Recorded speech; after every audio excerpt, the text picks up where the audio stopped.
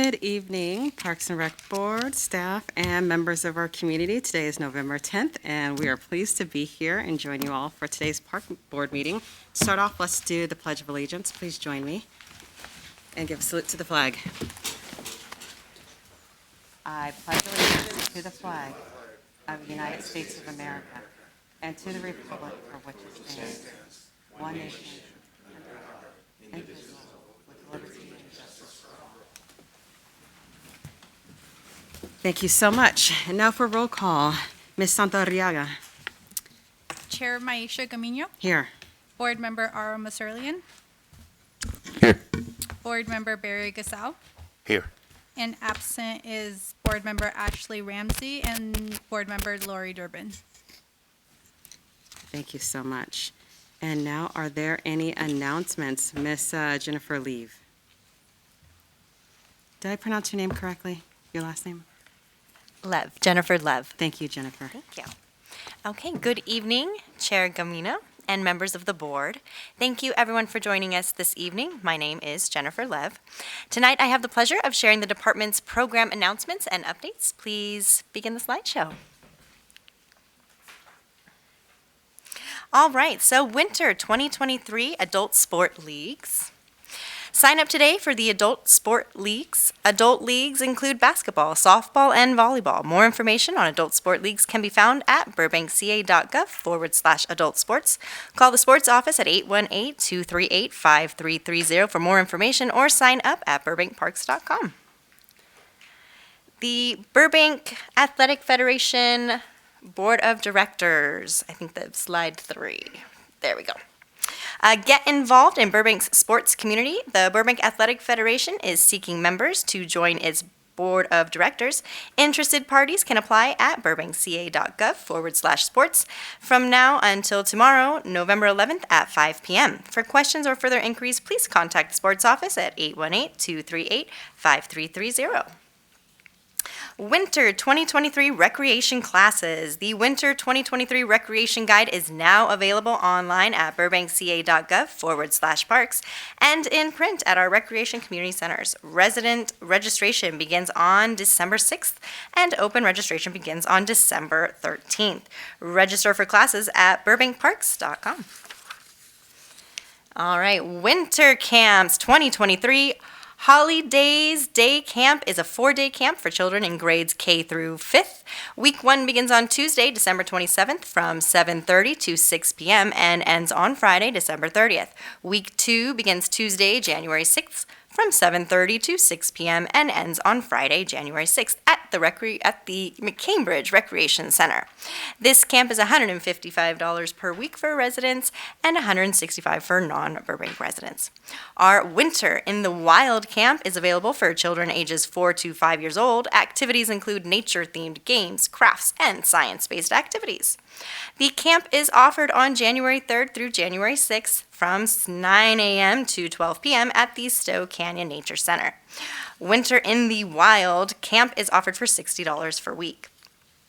Burbank residents can register for both camps beginning Tuesday, November 30th at 9 a.m. and non-residents can register beginning Tuesday, December 7th at 9 a.m. For more information and to register online, please visit burbankparks.com. Okay, upcoming events. The Parks and Recreation Department also has a new and exciting lineup for winter events this year. First up is the Veterans Day ceremony. Join us in honoring our veterans at the McCambridge War Memorial on Friday, November 11th, which is tomorrow. The ceremony will begin at 11 a.m. and will feature a pre-ceremony concert at 10:15, as well as a Condor Squadron flyover.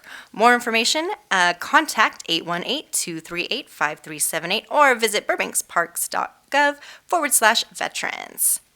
Next event is Out Swimming Hunger. 17-year-old ultramarathon swimmer Edie Markovich will be attempting a 25-mile swim at the Verdugo Aquatic Facility on Friday, November 18th, to fundraise and collect non-perishable food donations for Out Swimming Hunger. The community is invited to stop by and donate non-perishable food items or give monetary donations virtually that will benefit the LA Food Bank and help stock up the pantry of the Burbank Temporary Aid Center. For more information, visit outswimminghunger.com. Holiday arts and crafts, come out to the Holiday Boutique at the Betsy Lukey Creative Arts Center to find the unique holiday gift. This annual event features homemade pottery, jewelry, ornaments, and more. The boutique opens on December 2nd and runs through December 15th. For hours of operation or more information, visit burbank.gov/BLCAC. Mayor's Tree Lighting. Join us in celebration for Burbank's Holiday Cheer Kickoff event, the Mayor's Tree Lighting Ceremony on Saturday, December 3rd from 6 p.m. to 6:30. The ceremony will take place on the front steps of City Hall and will feature the Burbank City Council, Santa and Mrs. Claus, musical performances, special guests, and much, much more. After the tree lighting, there will be an opportunity to visit Santa for a photo shoot from 7 p.m. to 8:30 p.m. Hope to see you there. For more information, please call 818-238-5397. The North Pole Plunge. Enjoy an invigorating winter afternoon at the Verdugo Aquatic Facility heated pool during the North Pole Plunge on December 3rd from 10 a.m. to 1 p.m. This free event for all ages includes arts and crafts, games, activities, hot chocolate, and photos with Burr Bear. Register at burbankparks.com to join in on the fun. And Breakfast with Santa. The Parks and Recreation Department and the Burbank Town Center invites you to have breakfast with Santa on Saturday, December 10th from 8:30 a.m. to 10 a.m. at the food court in the Burbank Town Center on 201 East Magnolia Boulevard. This event includes breakfast, holiday music, activities, crafts, and special guest appearances. Tickets are on sale at burbankparks.com or in person at the Overham Community Center on 601 South San Fernando Boulevard. Thank you. This concludes the department announcements.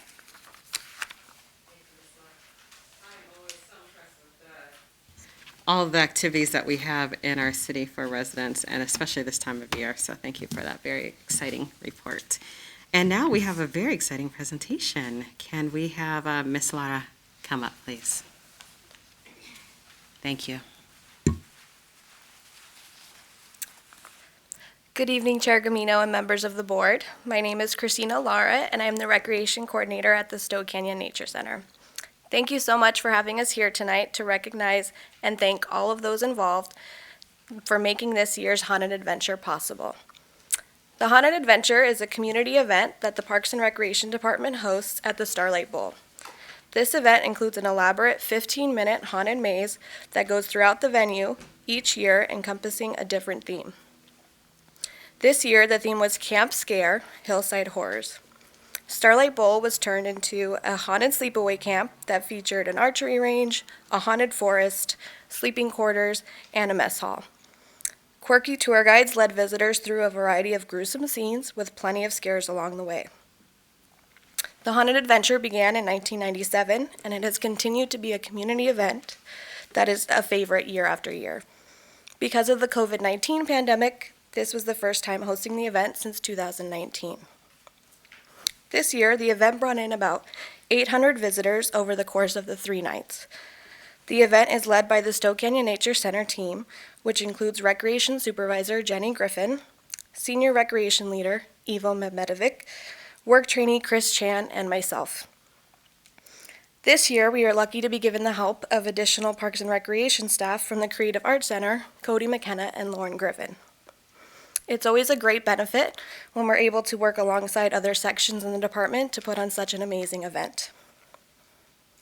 In addition to Parks and Rec, in order to make this haunted adventure possible, we also have an incredible group of volunteers, which consists of scene leads, scare actors, and those amazing volunteers that help with set preparation around the scare areas. In addition to the volunteers, we work with community partners, including the Handy Market, Disney Volunteers, Generation DCD, and ISS Prop House to make this event successful. Many of the scene leads, companies, and volunteers have been a part of this event for many years, and it has because of them that this event is always a success. The scene leads donate their time, energy, and talent to an event that brings just the right amount of spookiness to hundreds of people in our community. Our scene leads are remarkable and volunteer more hours than we even get to see, as this event takes months to prepare. Altogether, we had over 60 volunteers with 850 hours of volunteer service. Although not all were able to make it out tonight, we want to thank everyone who assisted in creating a terrifying yet fun event this year. At this time, I would like to invite Chair Gamino and our Recreation Supervisor, Jenny Griffin, to assist me in handing out certificates of recognition for those that were able to make it tonight.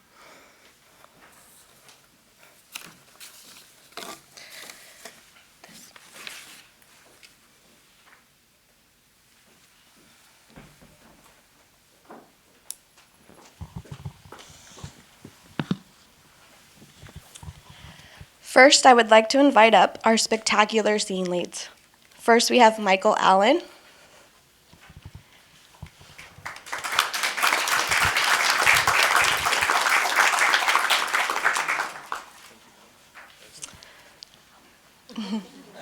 Murray Dyer.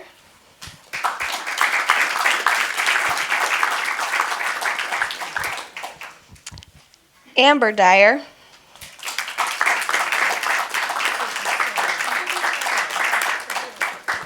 And Sierra Dyer.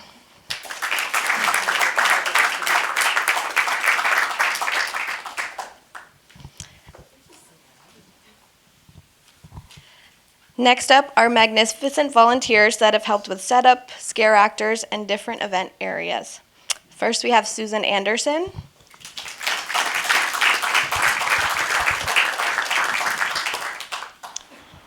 Marcus Gregorian.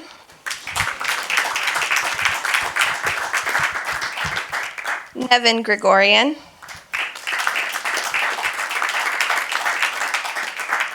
Linda Gregorian. Tobias Jackson. Colleen Cole. Carol Mercado. Melanie Mazariegos. Sophia Mesa. And Keanu Nguyen.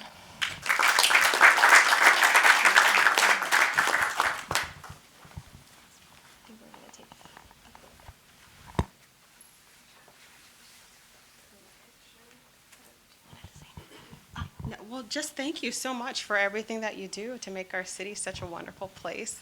It's been so exciting, and we appreciate all of that you do. So congratulations on this. It's our honor to honor you.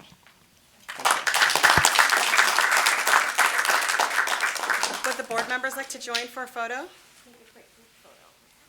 Why not? Do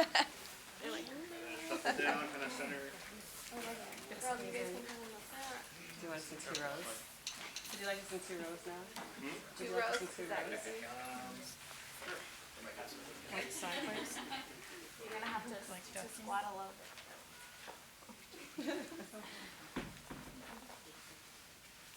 So say scare on 3, 1, 2, 3. Scare.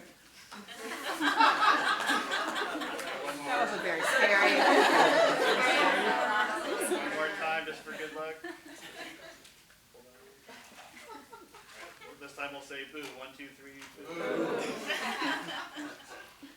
right, awesome. Thank you.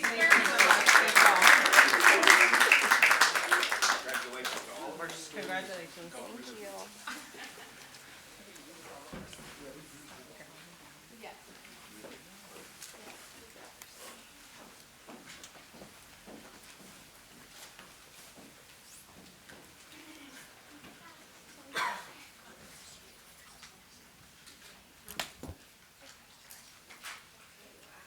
Exciting report. We now have another one from our department director. Do you have anything to report? Good evening, Chair Camino. No, I do not have a report for you this evening. Okay, now it's time for public comment. Thank you all again. Okay, public comment. For members of the public who are here in person and wish to speak, please present a completed yellow card. It looks like this. And present that to the recording secretary. Any person speaking during general public comment may address the board on any matter related to the Parks and Recreation Board. Comments are limited to 3 minutes in person. In order to promote fairness, please stay within your maximum allotted time of 3 minutes. A timer is available on the podium to help the speaker keep track of how much time is left. Please state your name for the record. I also encourage you to call in during the general public comment period at 818-238-3335. Again, 818-238-3335 for anyone watching on TV. Callers will be placed in a queue until all comments have been received. For callers, please remember to lower the volume on your TV or computer and take your phone off speaker when you deliver your public comment. At this time, we will begin with in-person comments. The first speaker card I have is from Ms. Vicki Kirschenbaum.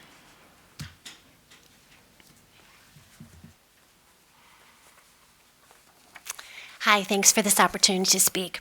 My name is Vicki Kirschenbaum, and I'm speaking tonight only on my own behalf as a Burbank resident. Responding to the consultant's report, we have never received a cost breakdown for putting in artificial turf at Brace. The consultant's report includes outdated estimates of $3 million from 3 years ago. We've had no cost comparison between installing and removing artificial turf every 8 to 10 years and putting in natural grass every, say, 3 years. We've had no comparisons of the monthly maintenance costs.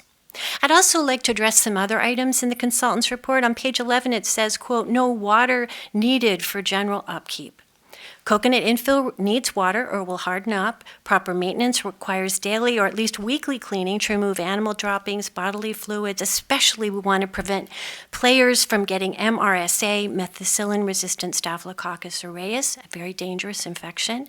Water is required for cooling. The consultant says the artificial turf will cool down when a cloud passes by. Today, like many days, was a cloudless day. On page 12, the consultant assumes Iron Turf can be recycled. Company representative Mark Curran of Iron Turf stated on the record at a commission meeting in Martha's Vineyard in 2021, there exists no recycling facility for iron turf in the United States. 85,000 pounds of plastic will go into the landfill every 8 to 10 years. And finally, on page 28, consultants say, quote, they have no serious concerns of harmful chemicals in the product.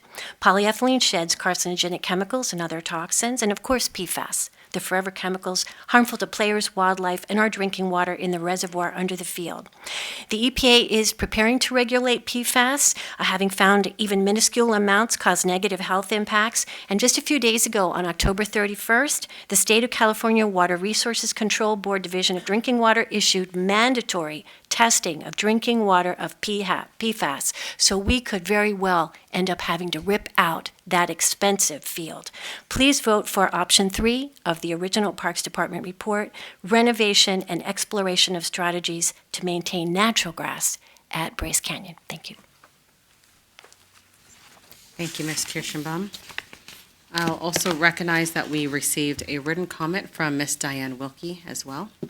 Thank you, Ms. Wilkie. The next public comment speaker is Mr. David Eisenberg.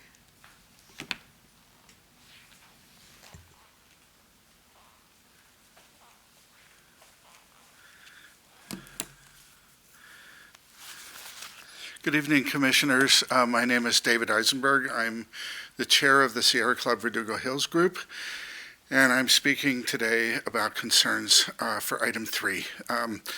I'd like to recall the board meeting 2 months ago, I believe it was, where you made a request to the Parks Department to do an environmental study before it came back to you, and to have a cost analysis of the cost of each replacement for the natural turf. So you can make a comparison between the cost of natural turf and maintaining it, replacing it every 3 or 4 years, and the other, and none of that is in this report. This is not even a finalized report. They had a scoping meeting on Tuesday, which I attended. There is no way that they could respond to a scoping meeting and do that scope and get it into this document in a one-day turnaround with any kind of consistency. So I'm asking myself, why is the rush to get this voted on now? Is it because they're afraid the next city council meeting will vote no. That could be a possibility. I don't know, I don't understand the hurry to get any of this done. This report itself says they don't have the data. I mean, I just got the report 5 minutes to 6.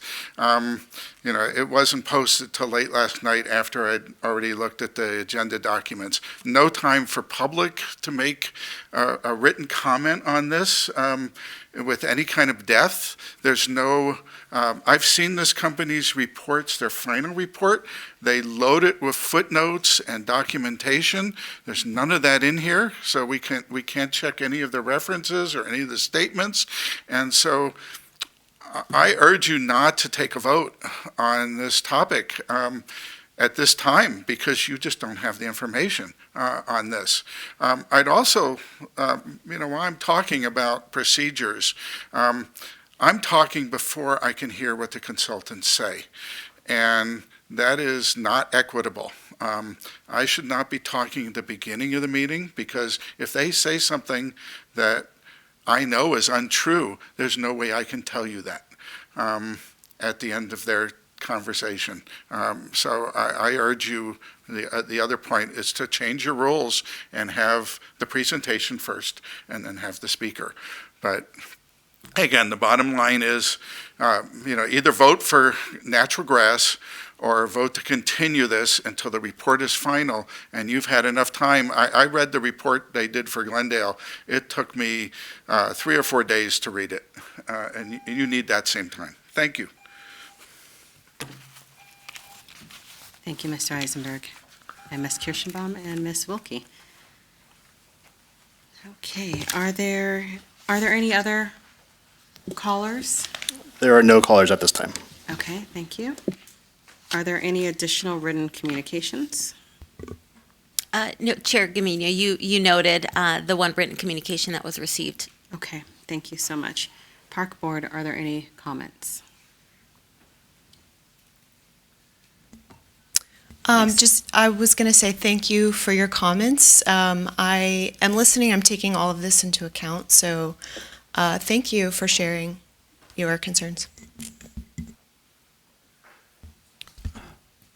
Same sentiment, but I'm going to reserve my further elaboration until we discuss this and are asked for our recommendation.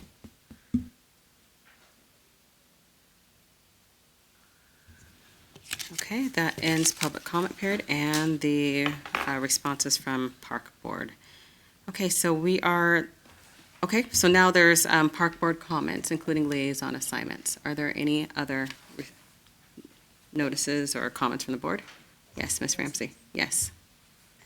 Just that I went to the first youth board meeting last week, and it was a great meeting. I always really love the youth board meetings. They do a great job. I think we have 2 members here. Yay. Hello. So they assigned liaisons. So we have 2 reps from Parks and Rec. They voted on officers. So they have a good theme of equity, equality within the city, and how that affects students in particular. So I think I'm excited to see what they do. So I'm excited for the year. Mr. Gasal. Thank you, Chair Camino. I had the great opportunity a couple of weeks ago to attend a senior board meeting. I don't have the opportunity to go to all of them because of the timing, but I was able to go to this one. They had a great presentation about Medicare which is always a key issue for the seniors, and I give them credit for the work that they do to bring those important measures before the senior board, so we have some say. We have some say, yes. Thank you. I attended the Arts and Public Places Committee, and while there was no major issues discussed during this meeting, I have to say it's just a very committed group of people who really want to see the arts in Burbank and are really committed to working on that and supporting the arts in our community, which is so important. So I attended that, and it was such a pleasure as always. And if there's no further comments or updates, then we will end this portion of the agenda and move on to new business. So the first one is the DeBell Golf Course Annual Report. I'd like to have Ms. Coronado come up.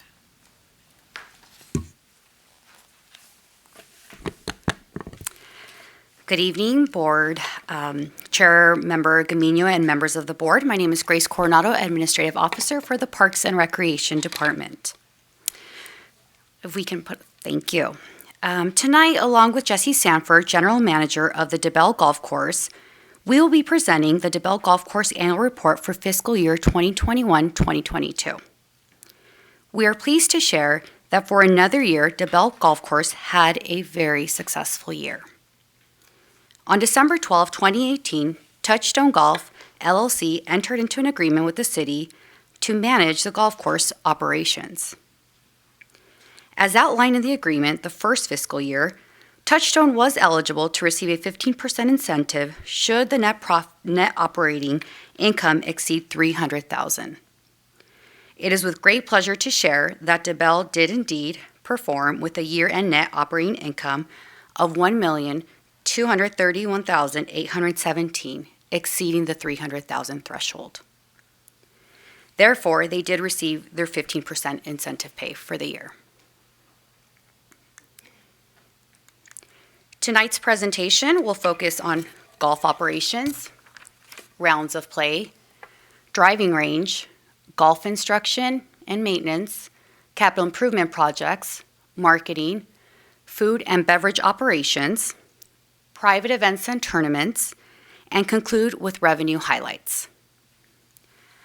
Overall, Touchstone has continued to be a wonderful partner and continues to leverage their expertise in implementing improvements throughout the golf course, including staffing, equipment, operations, aesthetics, and customer service.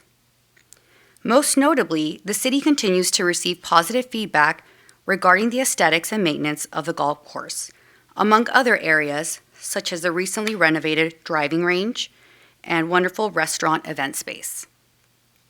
As you will see throughout the presentation, significant enhancements have been made to the golf course to increase play and the overall customer experience. Notably, rounds of play increased by 6.3% when comparing to the previous fiscal year. As you can see in this slide, this is a comparison of rounds from fiscal year 2021 and 2022. The increase in rounds is a product of the well-maintained golf course. At this time, I would like to introduce Jesse Sanford, the DeBell Golf Course General Manager, who will provide the board with an overview of the golf course highlights in fiscal year 2021-2022.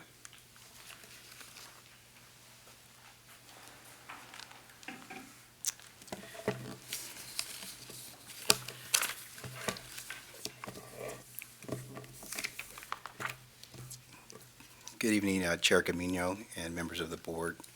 My name is Jesse Sanford. I'm the General Manager at DeBell Golf Course, and it's my privilege this evening to present some of the highlights of the DeBell fiscal year of 21-22.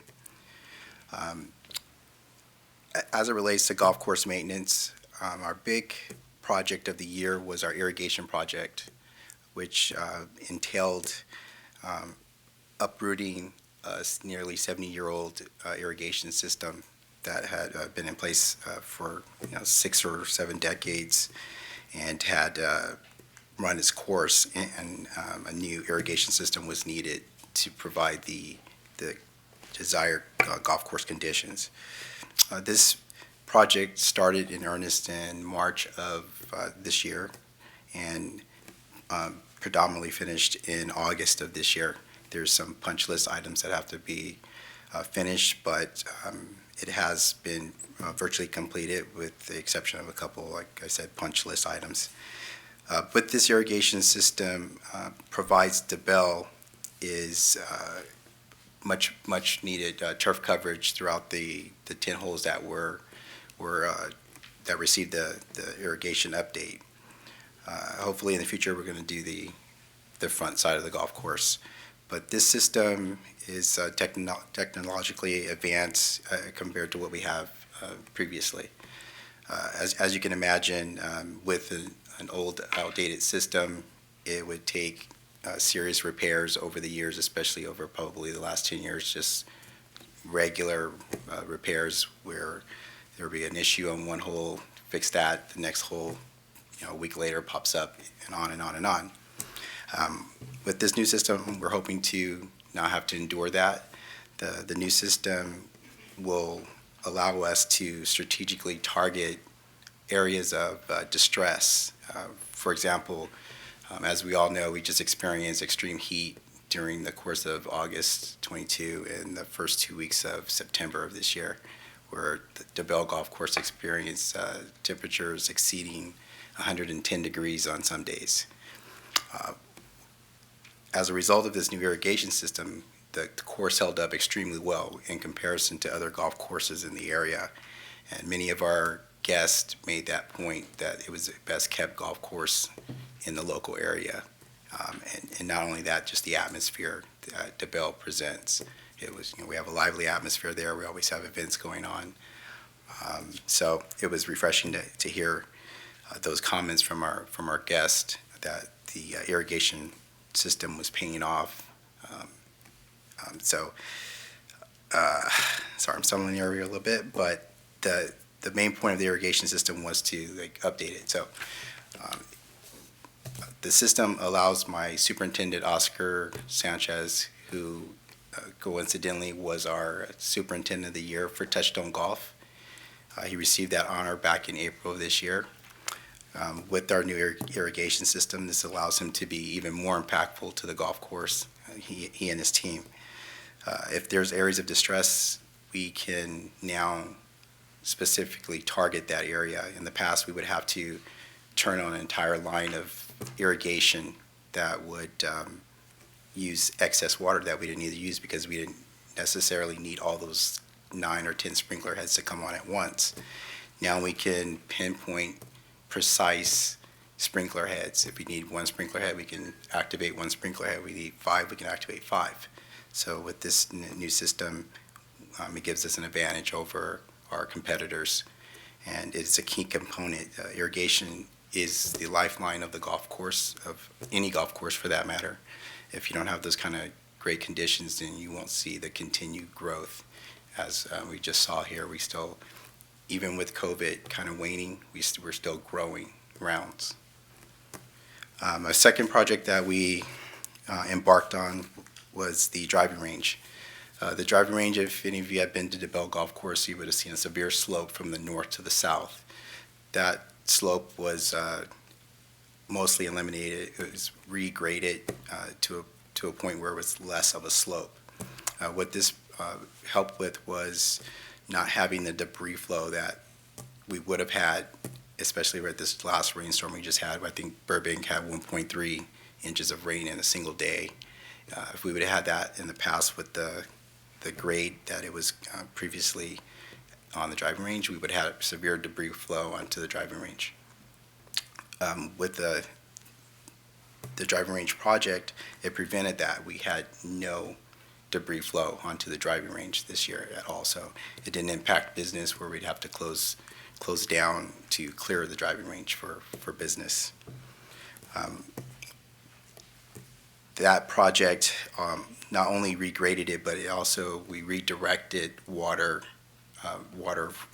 runoff to go to certain areas of the driving range to particular drains, so it wouldn't flood the driving range either. So we had no flooding, we had no debris flow. When we installed the 125,000 square feet of Bermuda sod, most of our customers who saw it at grand opening thought that the turf was artificial, but in fact it was, Bermuda sod, overseeded with perennial ryegrass, and that's just a grass that's typically used in the winter months to maintain the color, so the grass seems green or is green. You have to do that annually, so we just overseeded the driving range again with perennial rye. As a result of this renovation of the driving range, we've had tremendous use of the driving range that we didn't have previously. We made a tremendous amount of revenue on the driving range over the course of the last fiscal year. In fact, we were $100,000 better than prior year, just on the driving range alone. Some of the upcoming projects to DeBell so far as course maintenance goes, we will be commencing cart path renovations and some greenside bunker renovations. We're still in the bidding process of that, and we're fielding those, and we'll go with the best company to get that done. With regards to the irrigation system, the contractor that we work with, they were tremendous to work with. They were very accepting to our needs to keep the golf course open during play. So we had very little shutdown during the project. So for those 5 months of the project, we had no closures due to the project. In fact, we had very little hole closures. We had maybe 5 or 6 days where we had to close particular holes to get the work done in that particular area. But there was no impact to our golfers. There was no impact to our events and to our tournaments. Some of the upcoming other projects are we're going to install banquet room doors. That should happen in early January. What this will equip DeBell to do is to have a more expansive private event space and make better use of the space. Currently, that room that we call the Sierra Room is kind of secluded from the main event when it's in the main space of the party. Now with those doors, it'll be more inviting, and most likely we'll book even more business into that space. The bunker project, that's one of the priorities for DeBell Golf Course, is to get those fairway bunkers done, not only just for playability but for aesthetics of the golf course. DeBell has gained prominence in the area so far as golf goes, and we want to continue on that trajectory and keep pushing DeBell to be a destination place for those coming into the area to visit or those who live locally to continue to play DeBell Golf Course.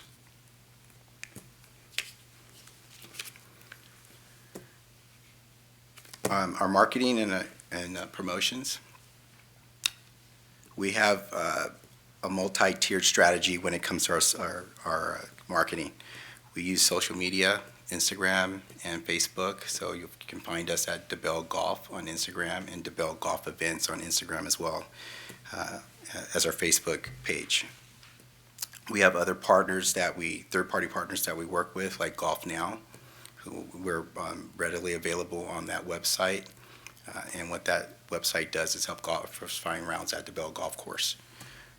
And with that, there's an added bonus of it, not just the exposure that DeBell gets on that website, but we also get the data.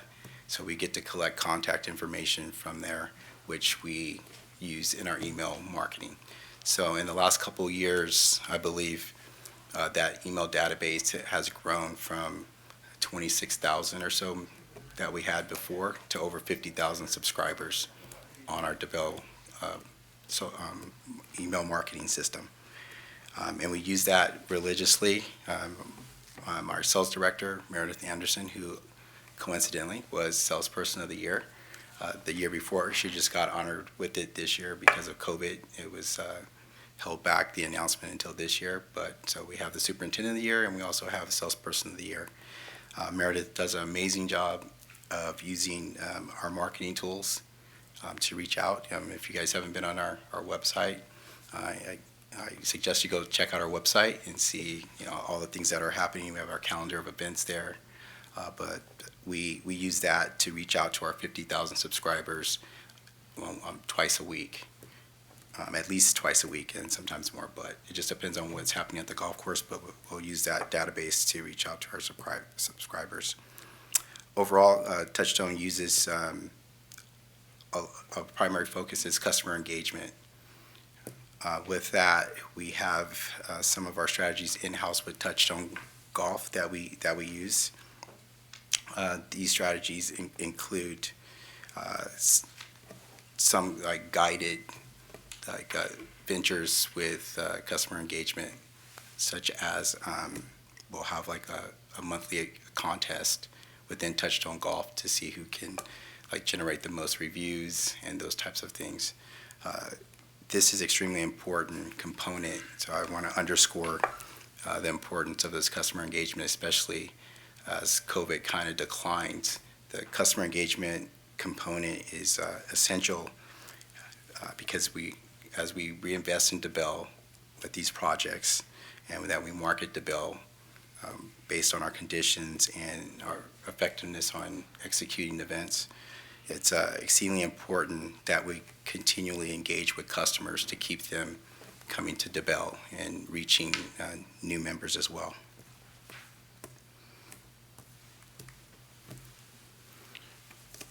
Our food and beverage operation. Our hours currently are Monday through Friday, 7 a.m. to 7 p.m. Monday through Thursday. And on Fridays, we're open until 8. And then on the weekends, it's 7 a.m. to 8 as well. 7 a.m. to 10 a.m., that's our grab-and-go time. That's Monday through Thursday. You can go to our grab-and-go window. If you don't know where that is, our Hilltop restaurant is on the second floor of the building, and the to-go window is just outside the main entrance to the restaurant. If you want to order breakfast, you can order breakfast through our Pro Shop from 7 to 10 a.m. This allows for those early morning golfers to get a bite to eat before they head out to the golf course. And the way we do that, we use an iPad. Customer pays for it in the Pro Shop. It gets sent up to the upstairs to our cook that's in the kitchen, and he produces the breakfast sandwich or breakfast burrito, and the guests can pick it up from there.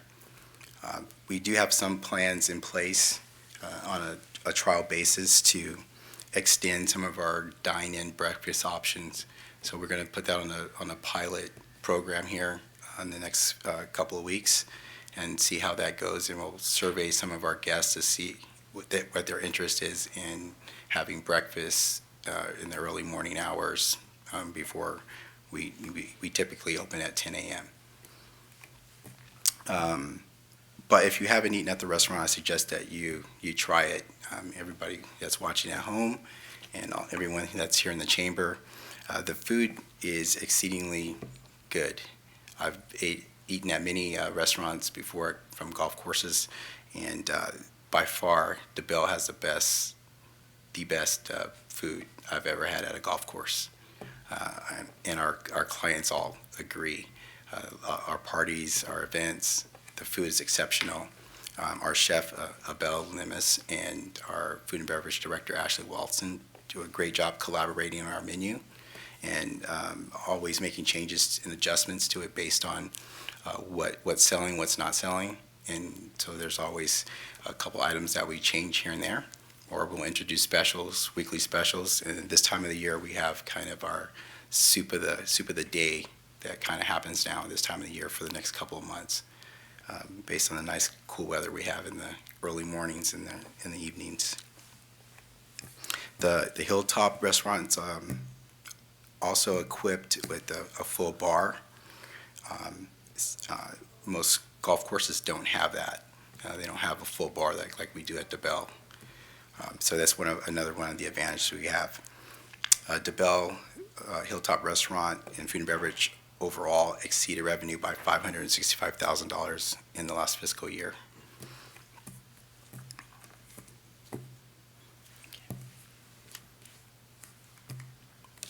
Our special events, as I mentioned, Meredith Anderson, she does a fantastic job planning most of our special and private events.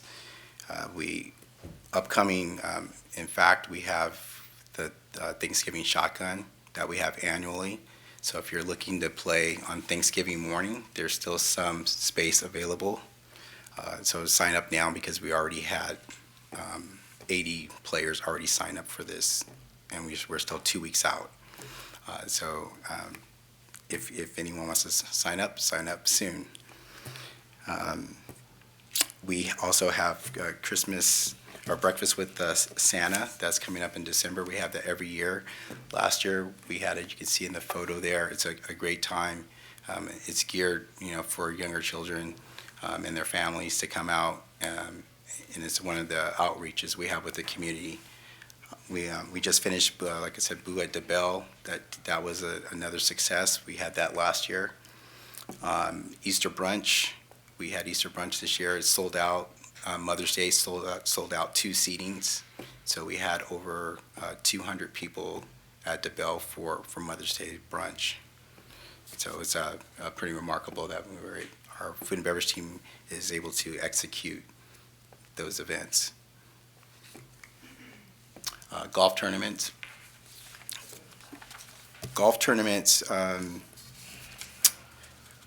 We beat revenue over plan by 163%. This was $100,000 more than prior year. So DeBell continues to thrive in this arena where others haven't.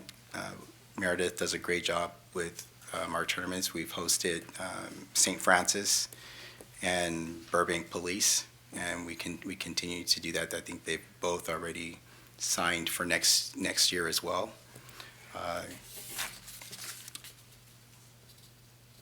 So the tournaments and private events together accumulated for in excess of $962,000 for the fiscal year 21-22.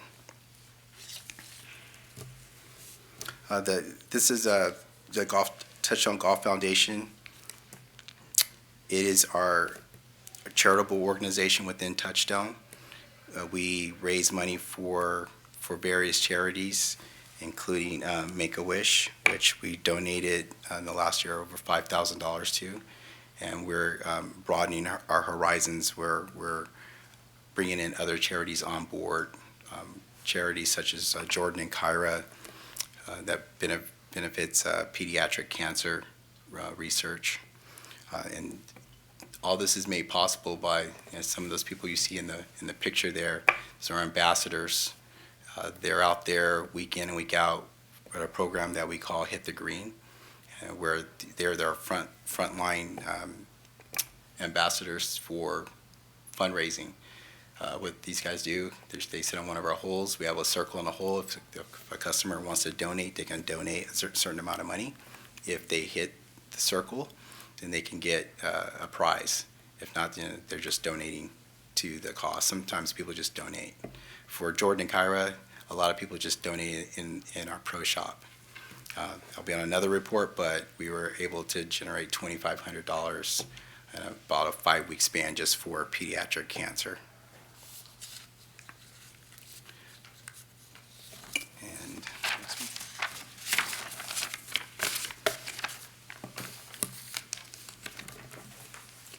Oh, okay. Thank you, Jesse. We would now like to highlight DeBell's outstanding performance and revenue for fiscal year 2021-2022. Overall, there was a 45.9% increase in revenue from previous fiscal year. I will note that the variances in this presentation are the actual figures. Additionally, I would like to draw your attention to these 4 sources of revenue: green fees, car rental, par 3, and disc golf and golf lessons. I would like to highlight the 11% increase from the prior year. Likewise, the driving range sales increased 15.4%.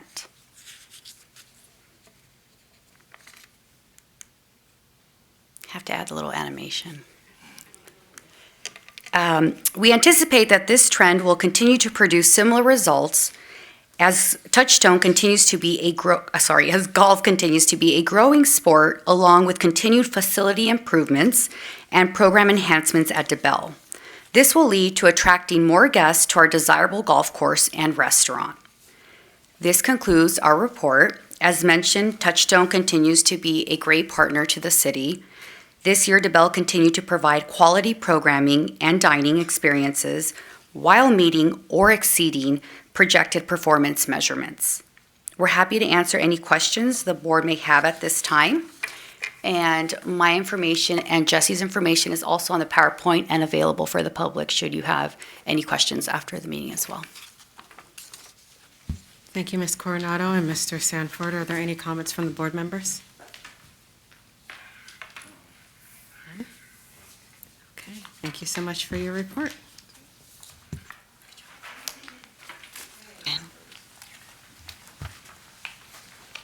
Next item on the agenda is the Burbank Tennis Club. Will Ms. Love come to the podium again?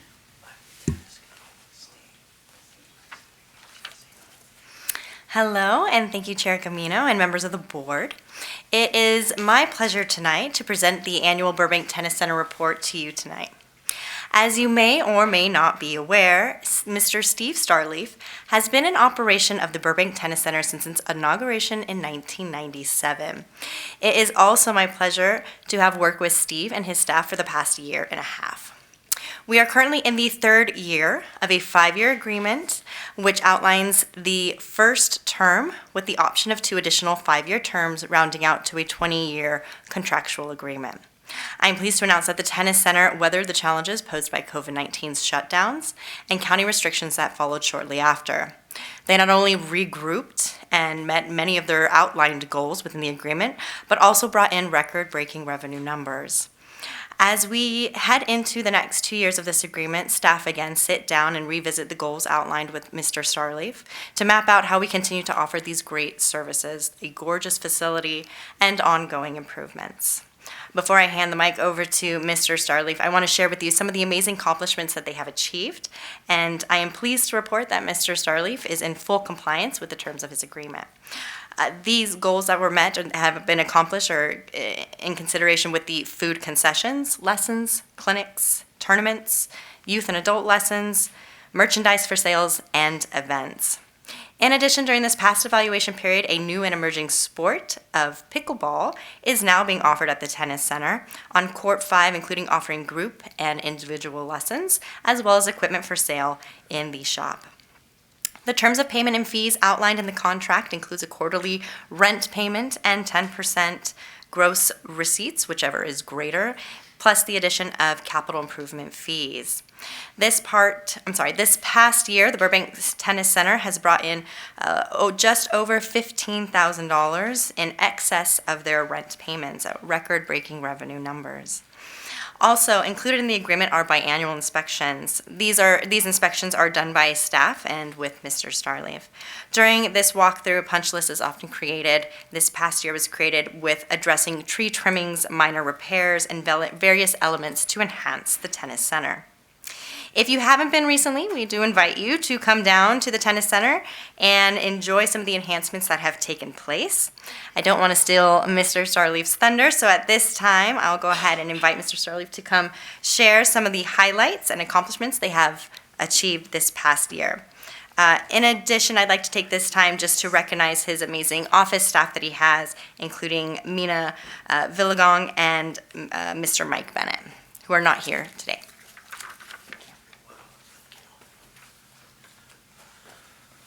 Oh, thank you, Jennifer, for that excellent report.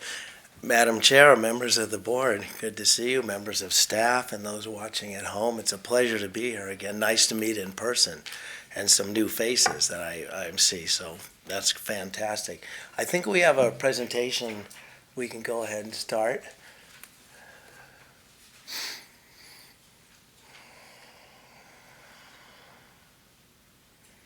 Okay, this was a fantastic improvement in conjunction with staff, putting in this artificial grass. This is one side, the back of the stadium court at the Burbank Tennis Center.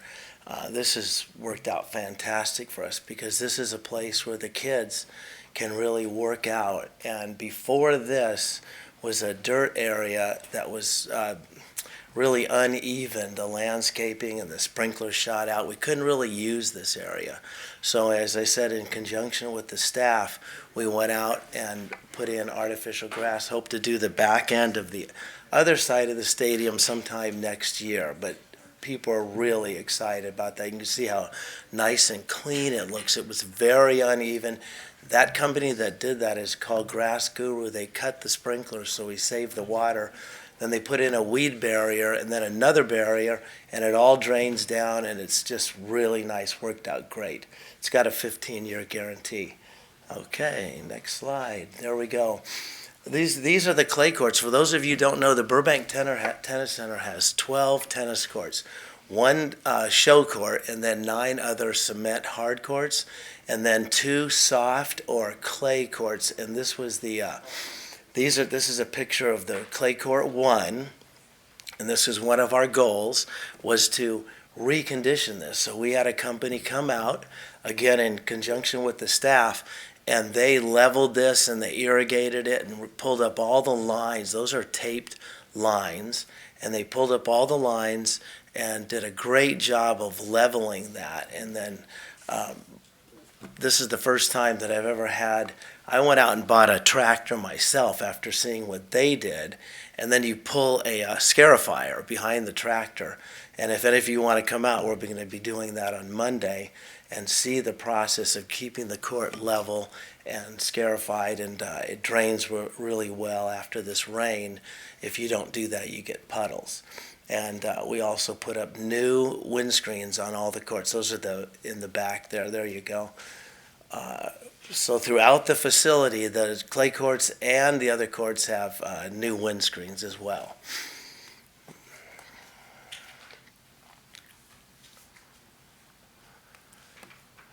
Okay, that's what resurfacing, we just did this about 3 months ago. That's the show court out at the Burbank Tennis Center. As you come out of the cafe or the gym, that's the stadium court, which is fantastic for all the events we hold. So that's resurfacing it in a purple color, which they use down in Indian Wells. And that's a picture before the net has gone up or the painted lines have gone in. So that's a real nice look for the tennis center. The people have really enjoyed the new stadium court resurfacing.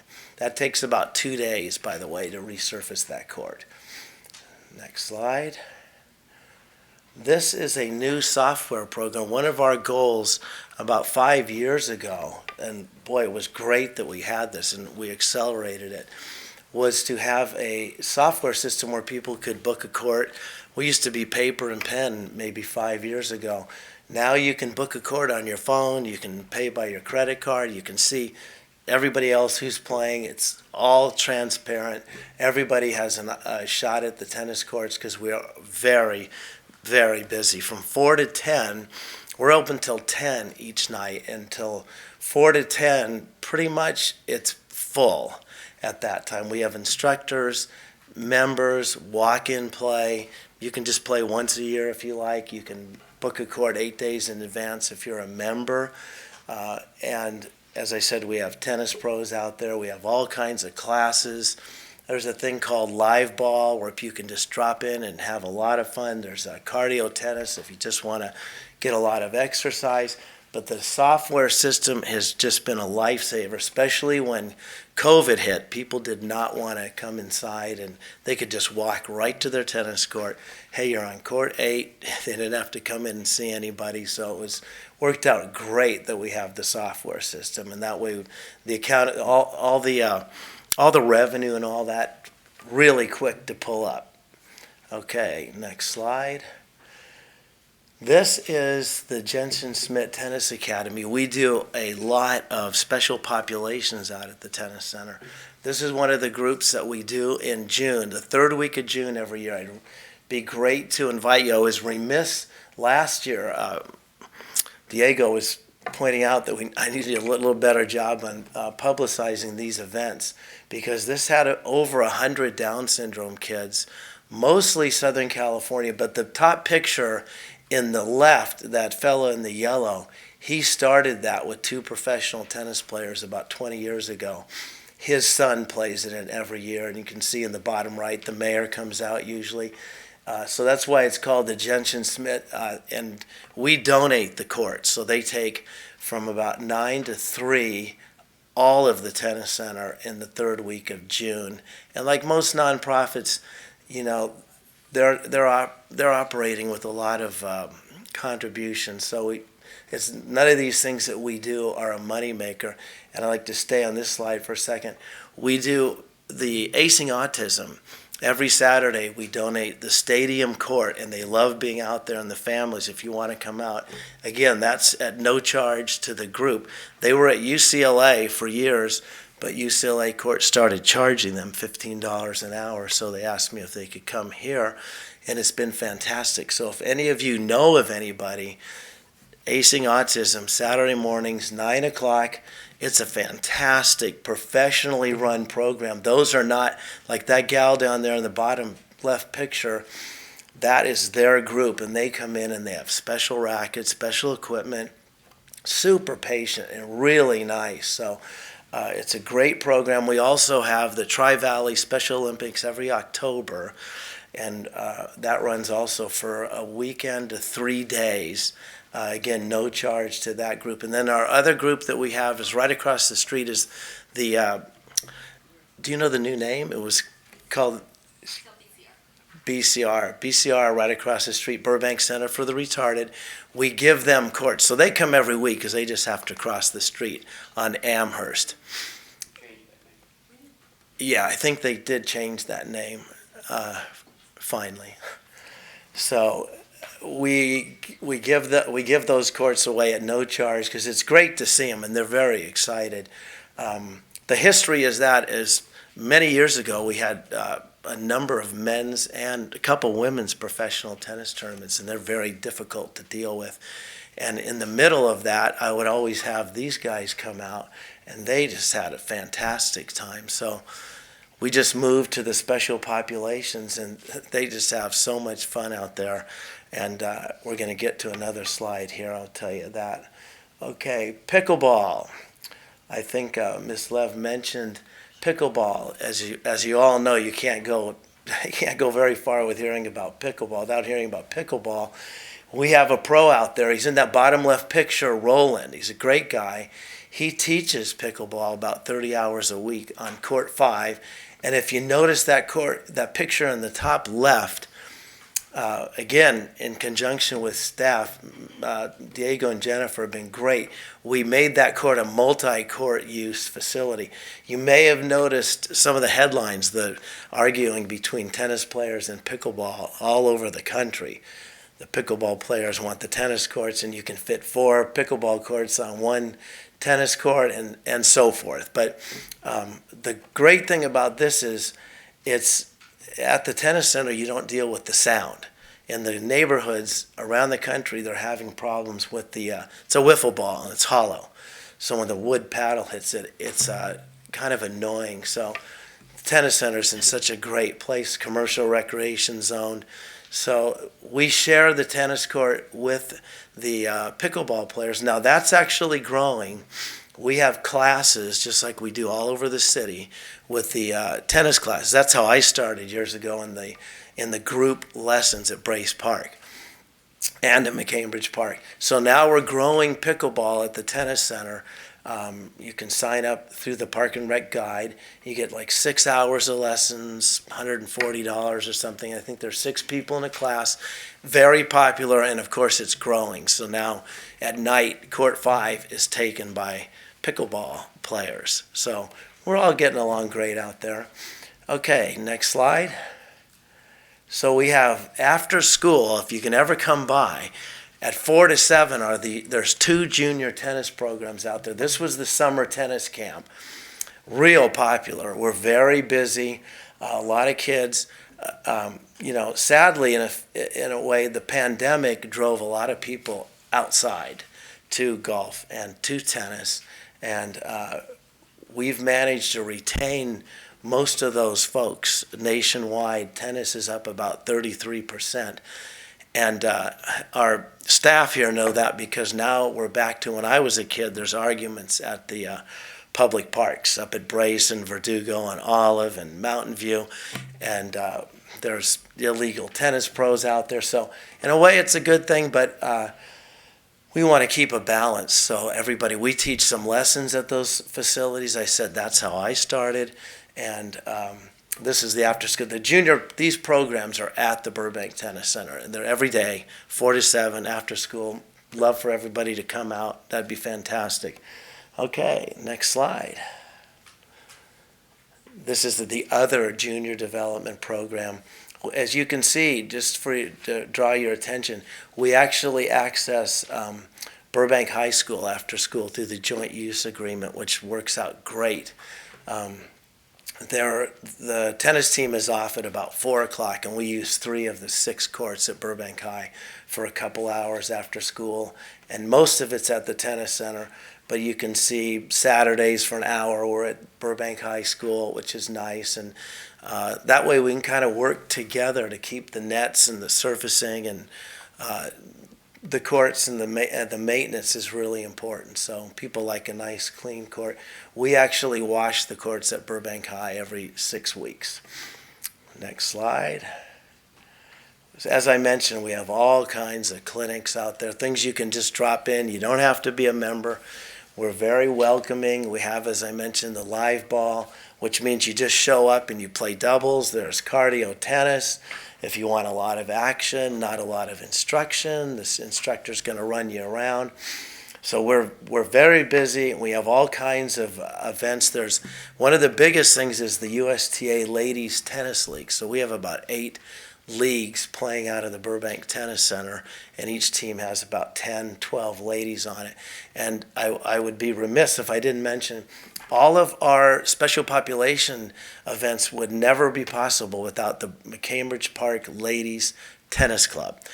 The agreement with the tennis center is they've played all these years I've been there at no charge. The reciprocal agreement is they actually man or woman all the events, and they're fantastic at they love all these events. As I'm going to invite you to the Christmas event. And they're fantastic. They do a great job. They've been out there for many years, and they also field a team at the tennis center. Okay, this is what I was going to say. As you can see the date, Monday, December 12th at 1 to 4, Santa comes out. We ask all the patrons, members to donate gifts at the front of the tennis center, and Santa and his helper come out. We have a party, and they love it. That's where all the groups come together. We have one other group I did not mention, and that's ARC in North Hollywood, Activities for Retarded Children. And all those groups come together that I mentioned, the Down syndrome, the autistic, the Tri-Valley Special Olympics, Burbank Center for the Retarded, and the Activities for Retarded Children. They're all together at the Christmas party. And as you can see, we moved that up. That used to be at about 3:30 to 5:30, but it got a little cold, so a lot of the kids have health concerns. So that'll be Monday, December 12th at 1 o'clock. And it's a great event, and I hope you'll come out, and Diego's going to help us publicize that event and get the word out, because it's a great thing to see. As I mentioned, the mayor usually comes out, the current mayor comes out, hands out some of the gifts. Sometimes they participate, but it's a fantastic event. And the tennis center, as Ms. Lev mentioned, this is actually, since I've been there, this is our most successful year. And a lot of that has to do with these two folks here and a great park and recreation director. Super supportive of our efforts out there. The reconditioning, the windscreens, the courts, the artificial grass, it's beautiful at the tennis center. And they're all buying into that, and that's why we've had the best year. She alluded to the I call it kind of a gross receipts tax that's due at the end of the year, in addition to the minimum rent paid every year, every month, every quarter, every month, and that's going to be triple what we've did last year, the years before. It's shocking what we're doing out there. Just a little 12 court facility. It's wonderful. But this is the best support I've had. Is this team right here, and I'm so thankful for this team. And I'm available if you have any questions or comments, anything. Thank you so much for your report. Sure. Are there any comments from the board? Yes, I do. Okay, well, let me start off with Mr. Gasell. Oh, sorry. Thank you. Hi, Steve. Hi. Nice to see you. Good to see So you. this is probably, what, 11 years in a row? Yeah. And I personally want to thank you because every year, and you know, you and I have had this conversation, every year you have been able to exceed your expectations every single year. But I think more important than that is what you do for the special populations. And for my colleagues on the board who have not been to this Christmas event, I encourage you, if you can get there, to go, because it's one of the most beautiful events of the year in this town. And Steve gives back to those special populations all year long, and I've been over there several occasions to see this happen, and that's what we should be doing. So, thank you for that. Thank you, Mr. Gassel. Thank you. Hi, Steve. My name is Ara Masurlian. I don't think we've met, but pleasure to meet you today. Nice to meet you. I'm going to take a little different turn than Barry here, but so I'm quick. I played tennis my entire life. I grew up playing tennis. I grew up playing at a very similar facility in Torrance called the South Bay Tennis Center. From there, I went and played at the South End Racket Club, and I played competitive tournaments, high school tennis, you name it. I played club tennis at USC. My kids play tennis. I played at the Burbank Tennis Center many times.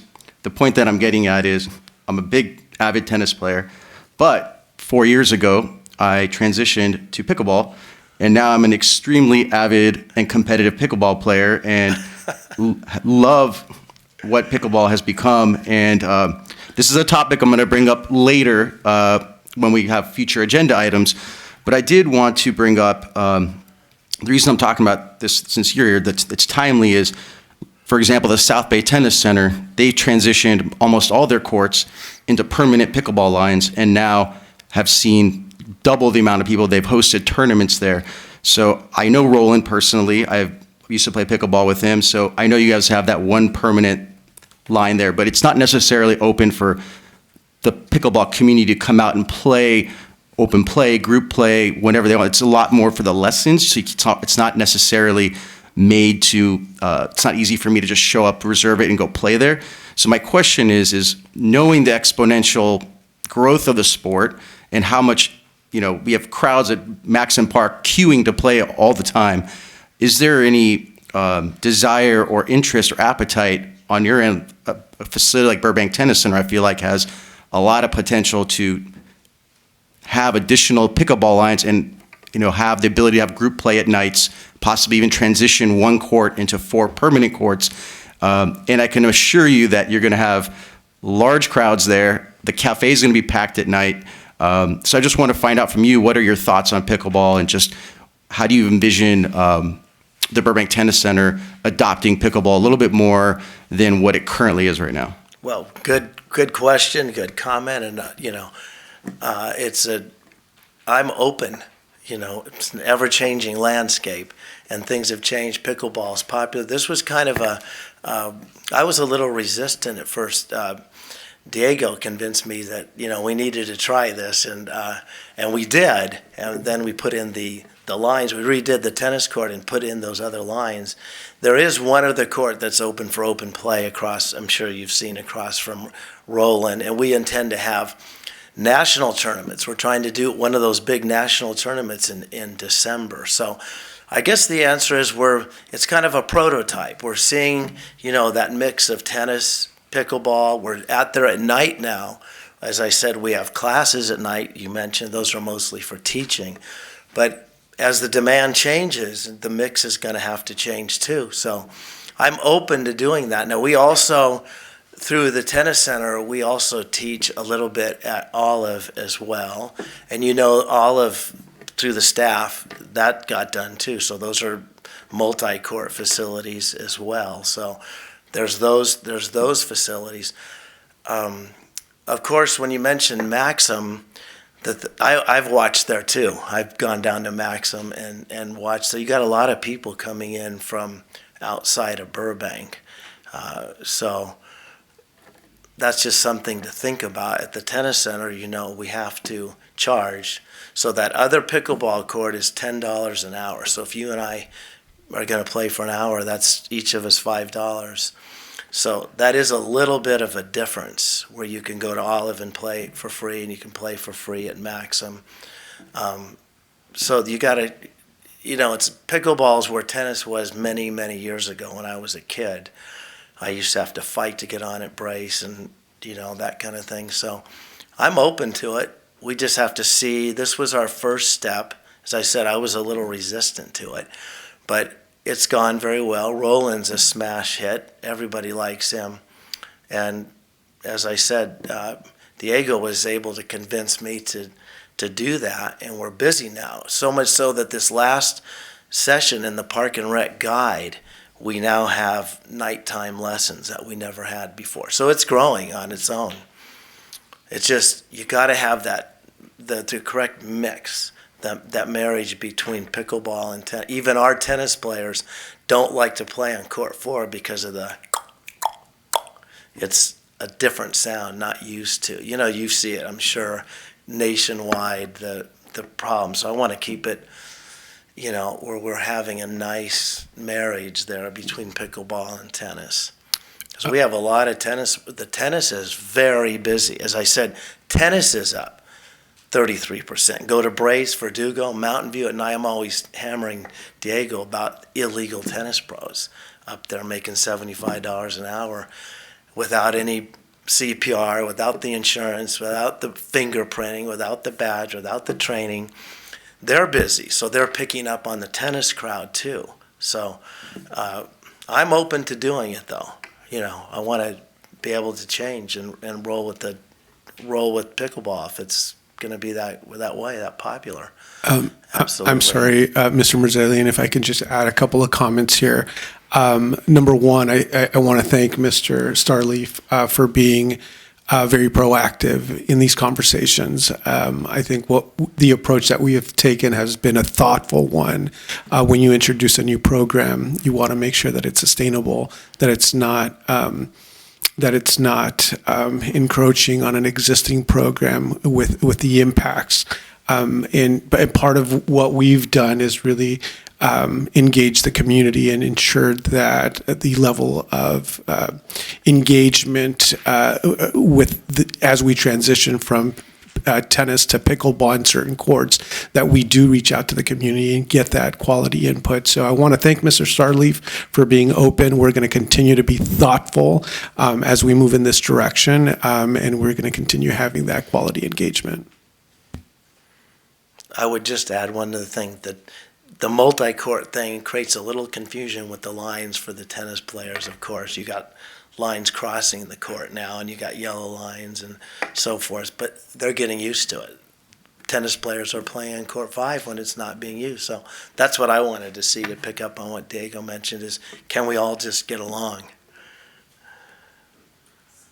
I appreciate that, and thank you for your openness, to pickleball, and I think I have a agenda item I want to bring up later for the staff to explore, so I'll bring it up then.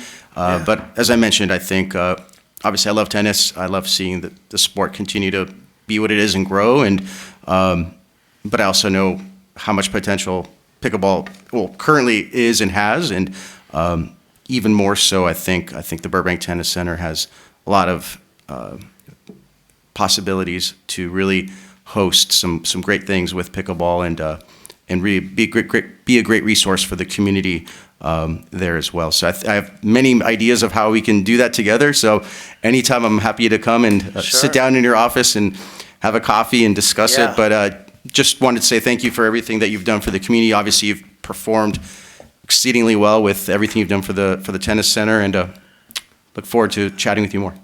Thank you very much. I would too. That'll be great. Anytime. Yeah. While you were speaking, I downloaded the app, and it seems really easy to use. So thank you for telling the community about the app.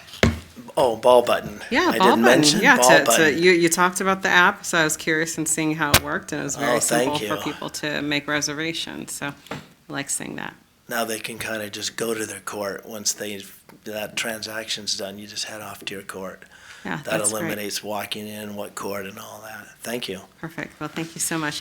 Thank you for your report, Mr. Starleaf. We appreciate it. You're welcome. Thanks so much.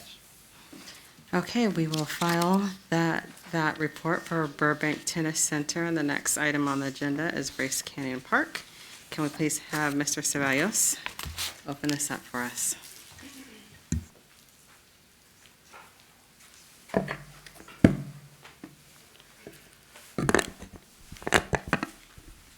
Good evening, Chair Gamino, members of the Park Board.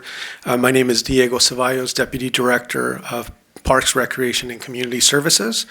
This evening, you will be receiving a presentation on Bryce Canyon Park Ballfield Project. On September 8th, staff presented the Park and Recreation Board with a staff report regarding Bryce Canyon Park Ballfield improvements. The board was asked to discuss and provide input on 3 options for the proposed ball field improvements. Option number 1 is to leave the ball fields in their current condition. Under this option, the Park and Recreation Department, user groups, would use the fields in their current state for a projected 2-year period. As the condition on those ball fields continue to deteriorate, the department would be forced to close the fields, allowing those fields to go fallow. And the primary reason for this is our inability to use fertilizers on a ball field over a water reservoir. And just for clarification, that's a potable water reservoir, freshwater reservoir. Option number 2 is to convert natural turf to synthetic turf, as recommended by staff. This proposed project will improve future safety, playability, appearance of the athletic fields at the proposed site. Specifically, the multi-sport complex would enable the department to accommodate organized soccer league play, in addition to softball, baseball, football, lacrosse, and a walking track at this location. Option number 3 is to renovate the fields using natural turf. The existing soil, turf, irrigation would be replaced with nutrient-rich soil, new turf, and a new irrigation system. Under this option, the city would need to replace the turf approximately every 3 to 4 years due to extensive use and the inability to use fertilizer and chemical products on that field. This option would limit programming while it would maintain the current levels of consumption of potable water, which is on average 3 million gallons of water each year, evaluated over a 5-year period. During the September 8th Park Board meeting, the Park Board determined that additional information was needed, including an environmental analysis, given the level of community feedback related to human health and environmental concerns surrounding artificial turf. The proposed project has been well received by the community, user groups, and the Burbank Athletic Federation Board. As previously stated, this project represents the first multi-purpose field operated by the department that would offer structured youth and soccer programs. In addition, it's important to note that there's currently a equity gap related to programmable soccer fields in Burbank that this project aims to address. This equity gap is illustrated by the National Recreation and Parks Association 2022 Agency Performance Review summarized a summary on Park Matrix, which suggests that an agency should operate 1 soccer facility per every 12,000 youth residents or every 19,000 adult residents. This report recommends that Burbank should have between 5 and 8 soccer fields available for our resident, given a population size of 106,000 residents.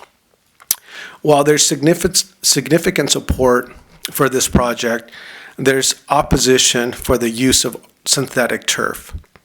The concerns expressed are primarily regarding health and environmental impacts, including but not limited to the contribution to the heat island effect, impact on drinking water, the inability to recycle plastic grass blades once synthetic fields reach the end of their useful life, and other human health concerns. Staff understands that the concern shared. The SAN understands the concern and shares the city's commitment to sustainable practices. To this end, staff hired an environmental consultant to provide a comprehensive and environmental analysis of the 3 options previously presented.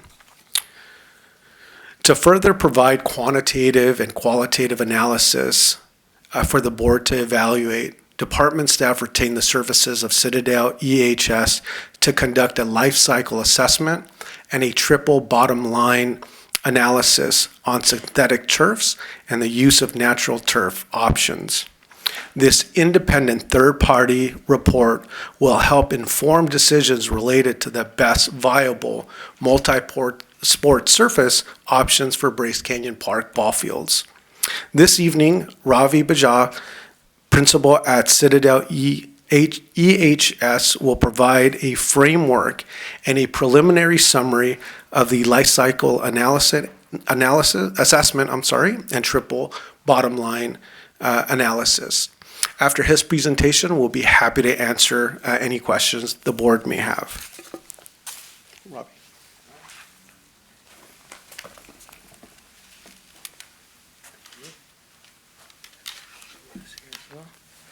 Chairman Gamino, or Chairwoman, Chairperson Gamino, and board members or members of the board, thank you for having me. Good evening. Thank you, Diego, and to the staff for letting us participate in this conversation. As Diego mentioned, my name is Ravi Bajaj with Citadel EHS, and our goal here is to present some preliminary findings on, or not present preliminary findings, but our preliminary outline for our turf assessment. I'm going to take this off for clarity. Apologies there. I have with me on Zoom a colleague of mine, Paula Shabilsky, who will introduce herself in just a moment as well. So our real goal, as mentioned so far, is we have not completed a detailed report or objective analysis based on a life cycle assessment and a triple bottom line as of yet. We are in the process of gathering information in detail to evaluate all of these factors together. I don't envy the decisions that you have to make in moving forward for what type of turf surface will be here and City Council thereafter. This is a very complex issue, and we'll get into some of the details as we go throughout. So our aim is to do some introductions, introduce Paula and myself, as well as the issue or the boundary of this analysis. We're going to go through a quick status update on our report. Currently, you have a preliminary report in front of you that outlines the various issues that we will be looking at, as well as a very top-level outline of risks and opportunities for each of those. Things for consideration when you aggregate all of these impacts together. As mentioned, we've been incorporating many of the public comments out there thus far. We've hosted 2 stakeholder meetings, which we'll get into here shortly as well.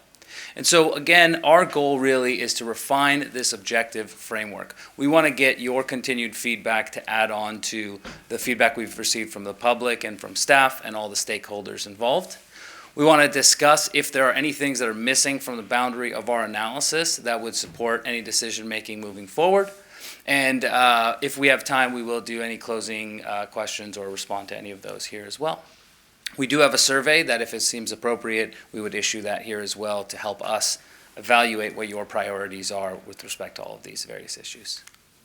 So for a quick introduction, my name is Ravi Bajaj with Citadel EHS. We're an environmental health and safety or an environmental consulting firm headquartered in Glendale, California, with offices all across. I myself sit in San Diego, and I'm a principal of our ESG, Environmental Social Governance and Sustainability team, which is our newest practice area. My background briefly is in sustainability consulting for buildings. I went to school at UCSD for oceanography, got excited about the impact that the built environment has, specifically the negative impact and our opportunities to mitigate that throughout.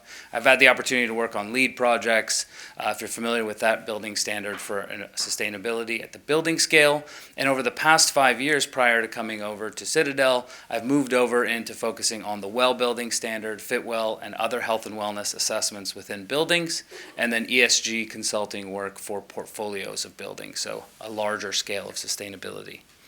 When I was officially starting work like this within Citadel, I don't hold all of the expertise that exists for all of the impact areas. And so I enlisted some help from partners within the industry, user experts or subject matter experts across folks that I've worked with in the past.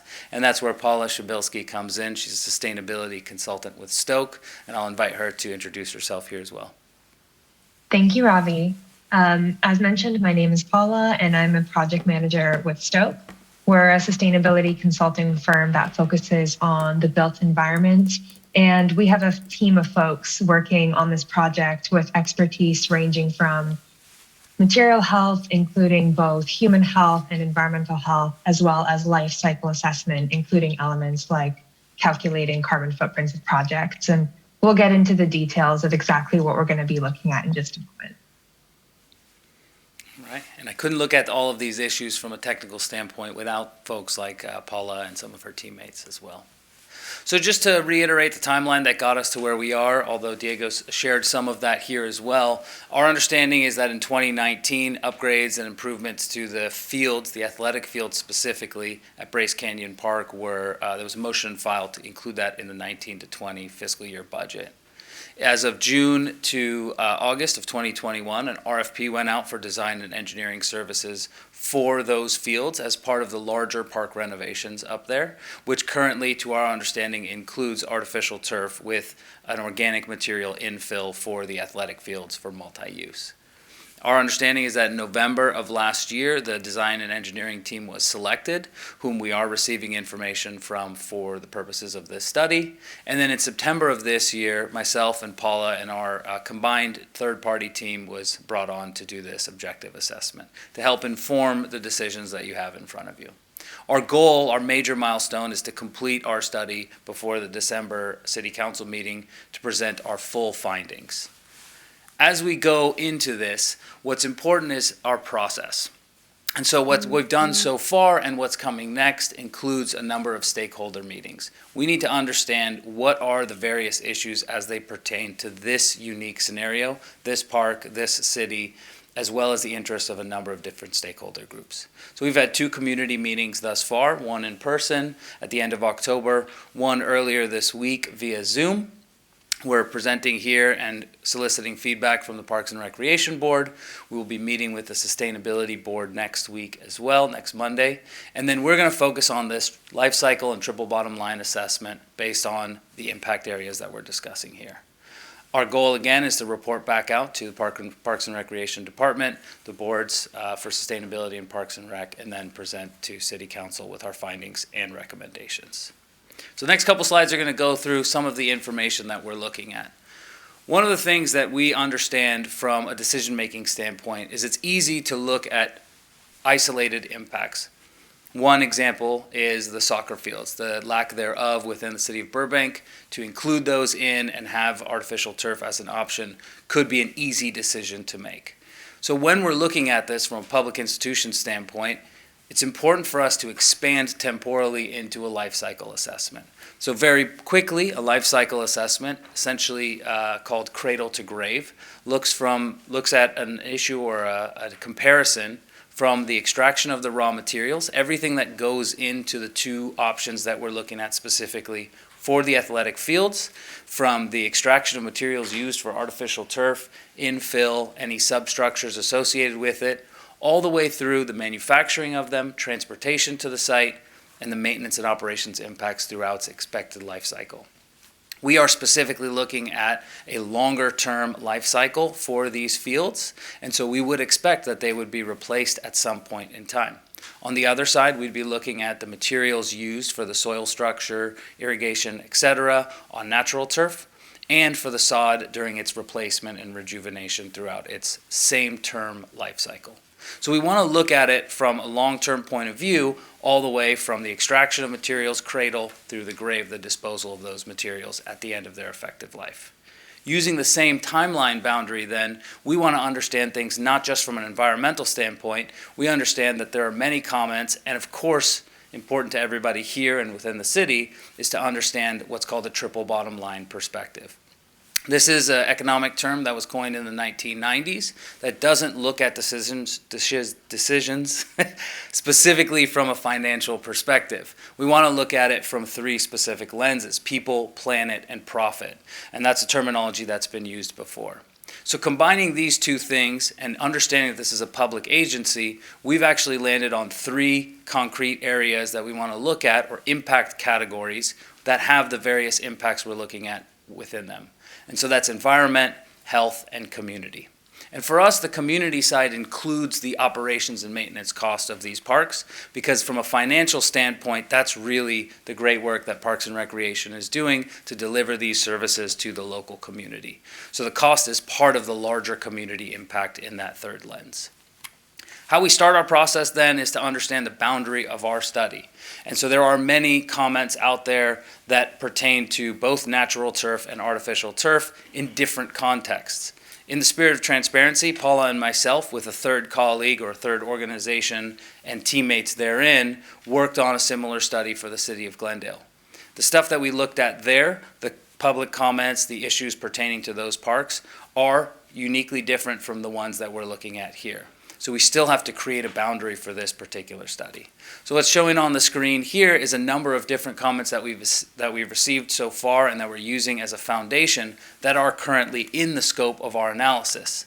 However, there are certain comments and issues that we need to address as outside of our boundary, particularly in this context because the artificial turf is looking at organic material-based infill, the rubber pellets, health impacts, as well as the plastic runoff from the stormwater for the infill materials are outside of our boundary. Any health concerns or environmental concerns from organic infill are included within our boundary because, of course, those are some of the options that are at hand here.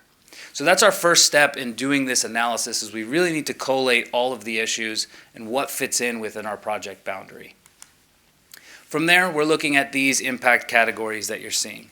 The report that was issued, and apologies for the time in reading a 12 or 13-page report today, our goal really is to review some of those risks and opportunities within this presentation and provide you with some of that information as it relates to this particular slide. So I do have my laptop up in front of me with that report up. I believe you have the copies of the report in front of you as well. And I'll invite Paula to walk us through some of the environment-related issues to kick us off here.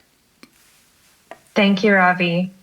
So starting off in environment, there are a number of elements that we want to look at when comparing the primary options for either using natural turf or artificial turf.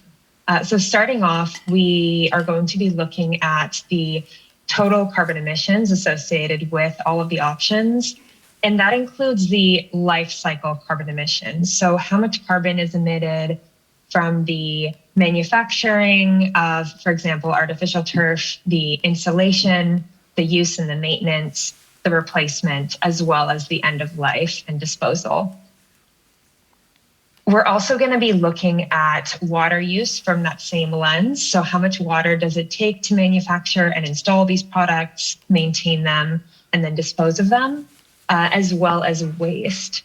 So what are the waste impacts associated with the manufacturing stage, maintenance, and then end of life of the product? We also want to make sure we're looking at the ecosystem holistically and considering habitat as well. So what are the impacts of potentially replacing a natural turf space with artificial turf? What does that do to the soil? Those kinds of ecosystem level questions. Of course, the impacts that this is going to have on stormwater management, especially considering the location of the fields over a reservoir. This ties into the next question that we're going to be looking at, which is chemical use and runoff. So understanding what kinds of chemicals are included within the product or within the maintenance of the product, and how that might affect stormwater and runoff and the associated reservoir. And this is specifically looking at it from an environmental perspective. There's also some aspects of this that we're going to look at from a human health perspective as well. And finally, from an environmental perspective, we're going to look at the impact of all these options on the heat island effect. So specifically, for each of the surfaces under consideration, how much heat are they going to absorb and then re-emit into the surrounding environment? So how does that impact the heat of the area overall, which is a little bit different from direct heat exposure, which is something that Ravi is going to go over in his section. Thank you, Paula. And I want to provide a couple quick clarifications. Within the preliminary outline for our report, the chemical use and runoff section is titled Water Pollution in an effort to look at all of the types of pollutants that would come off from a stormwater runoff standpoint. The heat island section is actually incorporated into a larger section called Ecosystem Services. So this looks at all the other issues that are not otherwise connected or collected in the other environmental topics. So that includes carbon sequestration, habitat and biodiversity, and connection to nature. All issues that could be impacted by the heat island, as well as some additional issues within this section. As we go over to the health side, on the first one on human health within the report, the second one on the slide that's up here is heat exposure. So that's different from the heat island effect that's been referenced so far, which is a phenomenon that absorbs heat, holds it in a surface, and then slowly re-emits it, changing the average temperature of a local region or an area. Heat exposure is a much bigger concern when it comes to artificial turf or exposed dirt surfaces, asphalt, things of that nature. That's the surface temperature at that time. So that's, of course, a human health issue. From a risks and opportunities standpoint, natural turf with regular sod replacement has the opportunity to benefit from cooling from evapotranspiration. It's a living surface, so it does have a natural cooling effect associated with it. The risk, however, is that compacted soils and exposed dirt within our Southern California region don't provide the same level of benefit that a healthy turf surface would. The risk specifically on the artificial turf side is the heat exposure during direct sunlight, regardless of what that ambient temperature is. So that's something of concern noted on that side. As we go to the next issue here, which is injuries on turf, the first one of the bullet points here, the second one in the report, we're specifically looking at meta studies as it relates to injuries. Every play type, every age group, every type of level of competition, whether it's practice or competitive sports, have different injury rates no matter what type of surface that we're playing on. So from our perspective, we really have to look at meta studies of injury rates between artificial turf and natural turf products. The opportunities on the natural turf side is the perception of a softer playing surface. The opportunity on the artificial turf side is that there's a more uniform and even playing surface when you're playing those sports. The risks, of course, are on the artificial turf side, there is a perception of a less forgiving playing surface that can impact your type of play and thereby impact the injuries that are happening while you're playing. The risks on the natural turf side is soil unevenness and dirt due to the same compaction we talked about in the last issue. Our next issue here is off-gassing and dust, or impact area. On this one specifically, we're looking at the dust and off-gassing from the materials themselves throughout the day and during play, as well as that results from maintenance. And so specifically here, the opportunities on the natural turf side is that there's no infill material, no dust related to that. However, on the risk sides of things, there is dust from soil compaction and exposed soils while folks are playing on it, youth and adult sports, as well as any dust coming from maintenance equipment. On the artificial turf side, there is a risk, of course, of the infill dust specifically. Our estimation in this early outline, and we will study this at further length, is that any off-gassing coming from the two types of material that are at hand here are diluted in an open environment. Be a much stronger risk of any emissions from off-gassing from the materials if we were talking about indoor fields. Chemical hazards is the next one here. Specifically, we are going to look at this qualitatively, looking at the hazards of a playing surface that has access to different types of materials, whether it's antimicrobials in the infill material, whether it's any types of ecology within the natural turf surfaces, and everything that's been mentioned from public comment as well. Our next issue on here is experience with nature. This is one that we really have to look at qualitatively because it's a very big issue. And it's a really good way to, in the report there's a little bit more in that section, it's a good way to look at the boundary of our study. On one hand, experience with nature can be seen twofold. It can be about your experience with putting your hands in the soil or putting your feet in the soil during play. There is, of course, ecology with natural turf, not so much with the artificial turf side. But the other lens from an experience with nature standpoint is more access to sports play gets more folks outside, youth and adult groups playing those sports. So experience with nature is something that we have to evaluate from a qualitative standpoint. There are a lot of issues that are raised about the access to natural spaces within different urban environments, and that's a little bit outside of the lens of this study. So we're going to look at existing conditions for the purpose of comparison, not future scenarios. Our last one here is very unique to this particular study here, and that's specifically looking at the drinking water watershed. Here, of course, there is the risk of any type of runoff, whether that's natural turf or artificial turf, into that drinking water watershed. And of course, that's a key concern for us. That ties in with many of the chemical use and runoff or water pollution issues, stormwater issues that are seen on the environmental side. So that takes us into the community side of things. Our first one on here is field days of use and play equity. That's the first bullet point on the slide here, the second section within the community. This is something that we have to evaluate twofold. When it comes to the field days of use, we want to look at this quantitatively. We've got evidence and information about what current sports are being played at the Bryce Canyon Fields, as well as representative fields within the region that have combined use or multi-use sports. So we're going to use a baseline of information for natural turf based on the existing scenario and then similar types of parks. When it comes to artificial turf, we obviously don't have any real evidence from Bryce Canyon because that's not the current condition. So we're going to look at what that projected use would be quantitatively based on similar types of fields, essentially removing the times for any sod replacement or rest for those fields.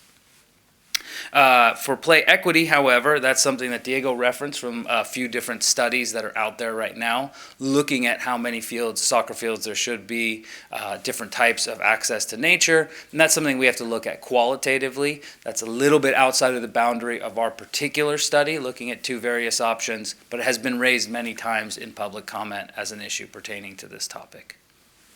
When we go to the second bullet point there, but the first one on the report here, we're looking at life cycle costs. Specifically here, it's a maintenance cost issue. Replacing that sod and doing the ongoing maintenance for natural turf does have increased maintenance costs associated with it versus an upfront cost that's higher for the artificial turf, and there are some maintenance costs there as well. So as we look into more data and more details for this particular side, we will be looking at the life cycle cost similar to some of the public comments we heard earlier today. The next one here is the alignment with the City of Burbank sustainability. From our perspective so far, this really has to do with greenhouse gas emissions based on the newly adopted greenhouse gas emissions program from April of this year. So we're going to align that bullet point for total carbon emissions over the life cycle with the greenhouse gas inventory associated or the goals set by that report. So here specifically, both of them are under opportunities. The net GHG really is what we want to look at. Of course, there are different constraints on either side. And the last one here is a qualitative analysis for playing surface performance. This one's really difficult for us to put any true numbers on because, of course, this is a subjective issue. So that's a very quick summary of the detailed information we're looking at for the context of this report. And as no surprise to you, this is a complex issue that has a number of different priorities associated with it.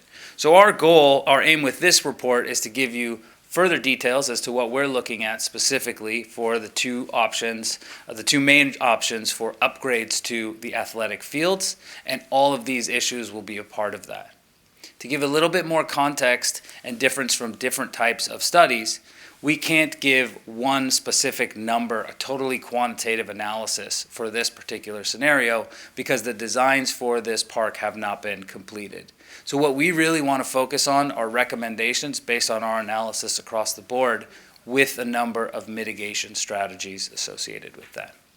So that gives you an outline of what's going into the report.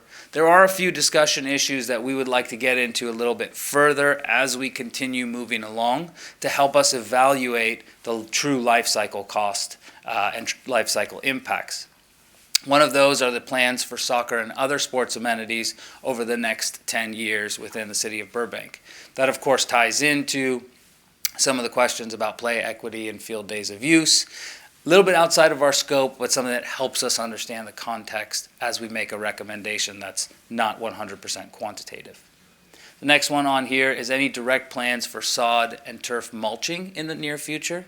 Specifically, there are some California bills that are pushing for all organics to be diverted from the landfill. Of course, a great move for greenhouse gas emissions within the state from an environmental impact standpoint, but our understanding is that during resodding, thus far, there is a maintenance or a labor cost associated with removing the plastic backing so that they can be mulched. And that's a larger programmatic thing, again, outside of the scope of our report, but information that's material to our analysis. Next one on here is current or planned Prop 65 labeling at the parks. This is something that we can definitely look into as a direct question, but we wanted to put that out here as well as to what the history is of labeling hazards at the various parks in the current status. The next one is the discussions, if any, have been come up from a Parks and Recreation Board standpoint, larger context for transportation impacts at any high-use parks as sports and athletics use increases over time. This is something that both options on the table would kind of impact in the future. Last one is plans for, or the second to last one is plans for staffing for park maintenance and management. Both options have different levels of maintenance that are associated with them. Of course, when we're resodding on a much more regular basis, that takes a little bit more effort and management to keep that grass healthy. We have received quite a bit of information so far on the plans from the artificial turf side to incorporate in this. And the last one here, which really pertains to greenhouse gas emissions for park maintenance and the off-gassing and dust issue, which is any plans for electrification of parks maintenance equipment moving forward. So it gives you an idea of how we're looking at the various comments that we've received so far, and from our perspective, this comprehensive lens on the two fields, athletic fields in play. So with that, that kind of goes into the polling exercise. And I will leave this up for a topic of discussion. Do we think we have time to do a quick polling exercise with the board members? The exercise takes just a few seconds. So if you have your smartphones in front of you, and you can probably pick up the QR code directly from your screen. We can do that as we continue the presentation. All right, thank you, Diego. I always want to check in. I know that these tend to be longer meetings. Hopefully that QR code works. So essentially this is 4 questions. The first question has to do with the issues you saw on the slide and in the preliminary outline under environment, and it's essentially a ranking. What we really want to know is from a prioritization standpoint, what's the most important to least important issues on there. We know that every issue on there is extremely important in its own right, but that's an aspect of prioritization. We've asked all community stakeholders to participate in this survey, and now yourselves as well. Second question goes into human health, third one into community, and then the last question actually asks you to rank health, environment, health, and community in order of priority as well. So in order not to distract you, I'm just going to wait a minute while folks are looking at the survey.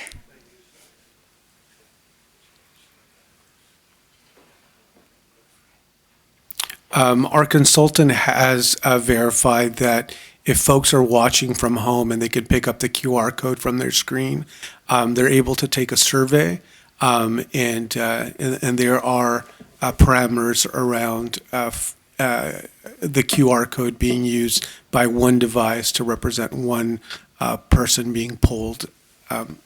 And so if folks are watching from home and would like to participate, we encourage you to do so.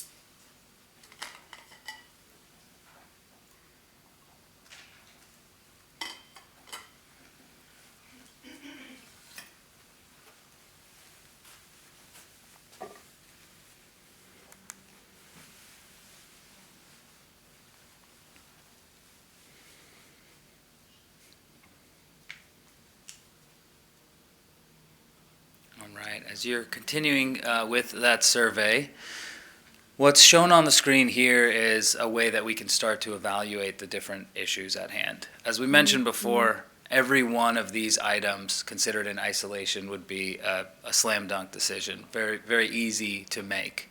Each one has a pro and con, or opportunity and risk, as we've discussed at a very, very top level.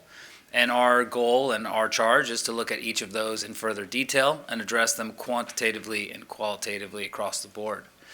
This is an example of a radar chart. We use a version of this as well as a spider chart to illustrate the various options in comparison so that you know their strengths and weaknesses, or the risks and opportunities, all across this wheel. We're going to use this in isolation, so based on every one of the impact categories, we can illustrate what they look like. And then we're also going to weight them based on the feedback we've received on prioritization from all the stakeholders involved. So that's really our goal, is to help understand and illustrate the trade-offs that need to be taken into account for a study like this. With that, just next steps, we're continuing our data collection. This is a breakneck speed for an analysis like this, as has been mentioned so far. So Paula and myself are dedicated with other team members here to gathering information. From here, we're going to have, again, the Sustainability Board meeting next Monday. So we'll solicit feedback in the same way and present information the same way as has been done here. And then we'll continue to coordinate with the key stakeholders who have relevant information associated with this. So we've received already a number of different studies and background data that we can incorporate as reference material. And our goal, again, is to fast track to a final report with detailed recommendations based on this information, largely focusing in on the risks and opportunities that have been presented today, but with more level of depth and analysis. So thank you for your time, and I'll be available for questions. Thank you so much. Appreciate the report. Board members, do you have any comments or questions? Okay. I just have one question. Sure. Before we get into kind of what our recommendations are. It's more to the staff. The recommendation that you're looking for from us is, this is, for clarity, this is which direction between the natural turf and the artificial turf we are recommending, but that doesn't necessarily mean once let's say, and city council approves one way or another, the next day digging's beginning. Like, this is just to basically get our recognition of what we recommend, and then from there there'll be further things that take place before actual work is done. Is that correct, or? Board Member Merzelian, you are correct. We're asking for the board to take a position based on the information that you have today. And so there are three options. Option number one, just to be abundantly clear, is to do nothing, right? Allow those fields to continue to be operable in their current state, which would give us potentially a 2-year timeline, and then those fields would go fallow. That means that we would stop programming on those fields. Option number two is for us to proceed with an artificial turf project, replacing natural turf. And option number three is for us to, and that has the most amount of playable field use, the lowest impact to the community from the term in terms of usability of that field and access to that field. Number three option is for us to go into a natural turf with replacement every 3 to 4 years, and also ongoing maintenance as we introduce soccer and other sports to that complex, right? So we're looking at potentially going from a 12-month, 7-day-a-week operation to potentially a 9-month operation with frequent maintenance that would have to go to resod the field and to do the corresponding repairs as we introduce soccer to those fields and again, a multi-sport complex. So based on the information that you've been provided today, we're asking you to take a position.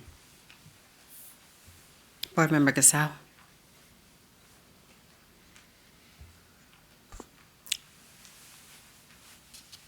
Thank you, Chair Gamino.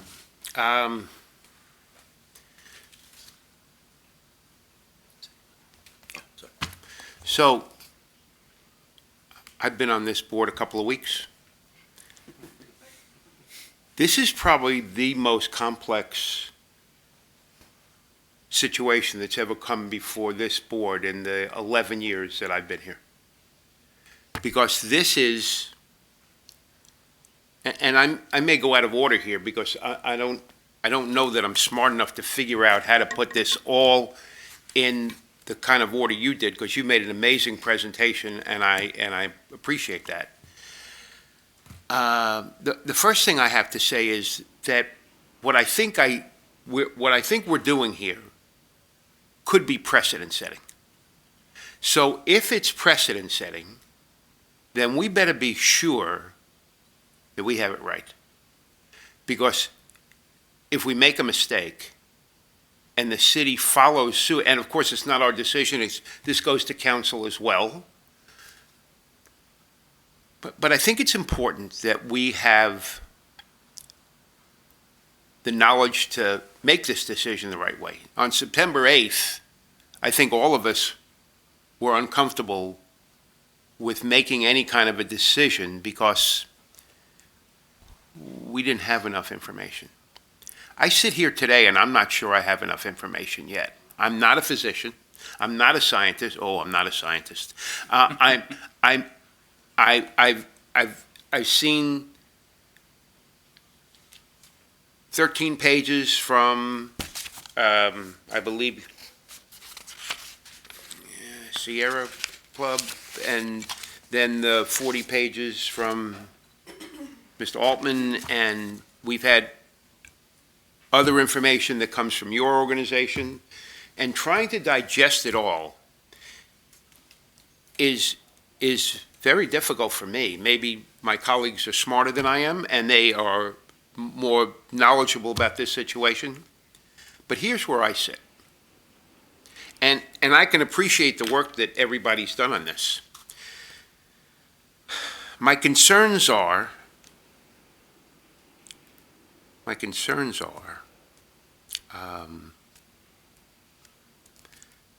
the toxic and carcinogen chemicals that may or may not be in artificial turf. My concerns are what's going to happen with the recycled product. How does that really get done, or does that become a bigger issue for us? You know, the heat island impact is of concern to me, as well as all the other things, the plant-based infills. I'm not sure I still know what the right answer is. So, on the impact categories, 2, 3, 4, 5, 6, I think there are 17 of them. I circled 7 of them that I think were crucial to our community and the people living here, because our job is to do the best we can for the people that use our facilities, that this wonderful staff takes very good care of.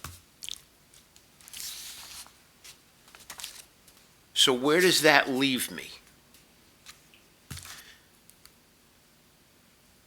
So if I were to have to make a decision today, I would select one of 2 of the 3 choices. Selection number 1 is leave it just the way it is right now and hope that we get 2 or 3 years out of it before we have to make some other change. or selection 3, put new sod down, but first change the composition of the dirt that's underneath it to make it more nutritious for the sod, and find a way to make that work. You know, I think if we went to a vote of our community, the question that we would have to put out there for them is, and some of them probably aren't as concerned about all the things I mentioned, the 3 things I mentioned, is are they willing to pay the tax dollars to have a different circumstance? I don't know the answer to that. What would they answer? I mean, I don't think anybody's going to answer, yeah, let's go for the carcinogens. I don't think that's part of the answer. But as I sit here today, I probably would like to see some combination of 1 and 3. And maybe 3, 4 years down the road, maybe there's a better solution for us that includes artificial turf. I don't think that's a good solution today. My heart tells me that I wouldn't send my kids out. I would. I would let them play on it because I don't think they're going to gather that much all in one exposure. But my heart tells me that we shouldn't be doing that right now. That we should be sticking with natural grass and find a way to make that work, or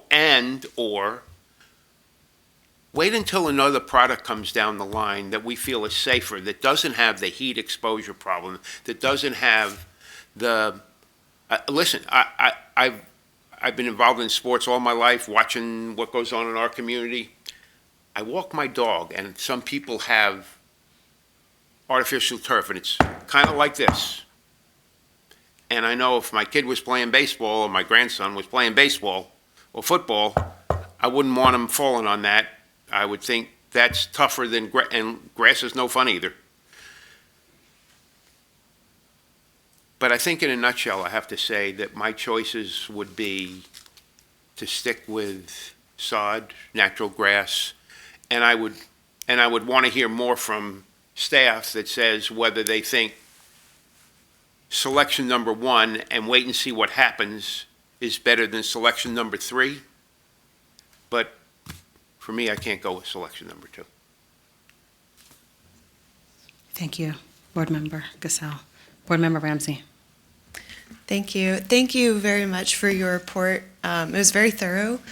For me personally, I think I do want to piggyback off of Board Member Gasell a little bit.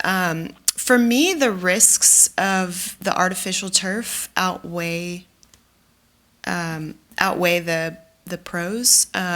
So, I mean, and I know that the Sustainable Burbank Commission did, correct me if I'm wrong, put out a statement opposed. So I don't know if it would necessarily align with Burbank's sustainability kind of goals that we have, and if we're really looking to be a forward-thinking, sustainable community, the risks just they don't. There's too much for me to personally recommend option number 2, the artificial turf. So I would have to recommend option 3. Just based, and if we're basing on what we're hearing, this is an ongoing, we don't have all the information tonight. So based on what we have tonight, I can't recommend artificial turf just, because we don't have all the information. So I would have to recommend option 3 for tonight. Thank you, Board Member Ramsey. Okay. Board Member Marsilian, and I'll speak after you.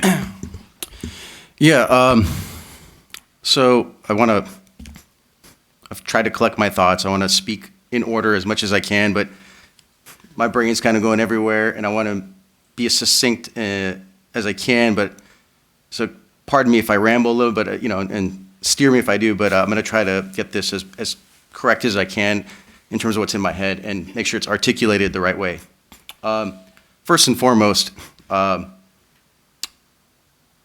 want to just say that I've been working with the staff for the last year, and I have the utmost respect for their opinions, the genuineness they have of what they're trying to accomplish for the community and for the Parks and Recreation Department and the programming and the facilities and everything they do.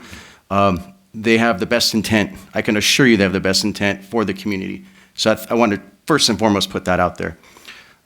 Second of all, I think it goes without saying that even the staff and all of us would want nothing more than to be green as much as we can everywhere.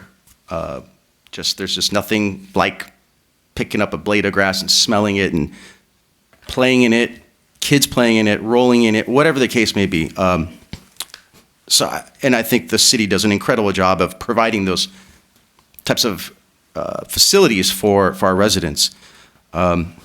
Specifically for this facility, the question is the ball fields, not the entire park. The entire park is still extremely luscious and green with trees and beautiful grass. There's plenty of parks and other areas that our residents can go and enjoy the green grass. I've listened to what the community has to say. I was on the stakeholder meeting. I've read the reports. I've talked to family members. I've researched it online. I've done everything I possibly can without being an expert in this area, which I am, as Barry said, I am far from, and I'm not an expert. I'm definitely not the smartest person even in this room. But with all that being said, I do, and I appreciate what the Sustainability Commission has done, and their job is to do exactly that, to worry about their primary objectives to be sustainable. Our job as the Parks and Recreation Department is to think about our community and what we can offer them from a Parks and Recreation standpoint. With that in mind, I understand everything that has been brought up to us from a public comment standpoint about artificial turf and all that. And what I would say is that I do believe, putting my Parks and Recreation hat on, I do believe option 2 does offer the community the best options for multi-use play and the amount of programming that can take place there for the kids. I played sports my entire life. My kids are playing sports and they play soccer. I understand I would love nothing more than my kids to play on natural grass, which they do right now with AYSO, but I also understand the conundrum we're in with this particular facility being on a reservoir, not being able to use the fertilizers and all that stuff, and the cost of the maintenance with the sodding and all that, and what the artificial turf can offer. My contingencies with my recommendation would be, obviously, very regular testing, so funding that would support testing of the turf, whatever that may mean. I'm not smart enough to understand all the different types of testing, but very regular testing of what's coming off of that turf. Regular testing, which I'm sure is already happening, but very regular testing of the water for contamination, whatever the case may be. And also I'd love to see incident reports of injuries. With all those contingencies taken into consideration and regularly seeing reports of those to the city council, to the staff department and us and whatever the case may be, I would say that I do, at this moment, I am comfortable saying that I would recommend option number 2 with the artificial turf. Thank you, Board Member Marsilian. Thank you for this report. We do appreciate it. I can appreciate that this report is preliminary, and I appreciate you stressing that as well. I too have the utmost respect for our staff and really appreciate your knowledge levels as you guide us through this. This is extremely difficult for us to vote on, especially with a preliminary report. I can't say that my questions have been answered through this, but I will ask a couple questions that I noted based on the presentation and what I read. On here, it states on the off-gassing of dust section, I see that the inhalation and ingestion of dust is one mechanism for chemical exposure with artificial turf. Are there other mechanisms for chemical exposure with artificial turf? So emissions could be one for not just the dust aspect, for anything that would be emitted off of the artificial turf. As of right now, without the further analysis, in the preliminary report, we did not include that as a direct risk due to the fact that this is outdoors.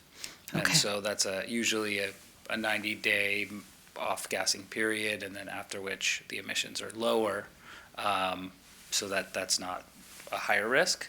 The second one of those, I think, pertains to the drinking water reservoir. So that's not an inhalation risk. That's something that's addressed in other issues and would be pursuant to the stormwater management system that would be installed there.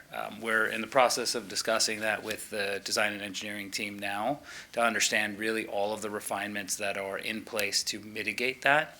Our understanding is that they have installed or specified artificial turf with different types of infill materials, both plastic-based and organic materials, on drinking water watersheds in the past, and ongoing studies are continuing. So we're in the process of gathering that information currently, but just to be transparent about the other risks associated with it. Okay, well, that actually brings me to the next topic, so I appreciate that. I saw that crumb rubber is not under consideration or anything that's not organic. Can you talk about any risks? I guess, what are the considerations then if we're looking at organic infill? So there are different organic materials that this is made out of. Volcanic rock is, I believe, the product that's currently being discussed with the iron turf material, which is different than a residential product, just to disclose that aspect. That's a professional athletic field. And there are risks associated with that, particularly with the types of treatment for that infill. So what we're going to look at from a materials health standpoint is what type of infill is being specified, and then looking at not just the hazards risks on the MSDS or the material safety data sheet, but the full chemicals list for what goes into those. And there are times when flame retardants are added to those, or antimicrobials might be added to them, or some other type of synthesizers. Those are the specific things we're going to look at on the organic materials. Those would be additives to an organic material that are in addition to what the extra risks would be for a chrome rubber infill. Okay, that's very helpful.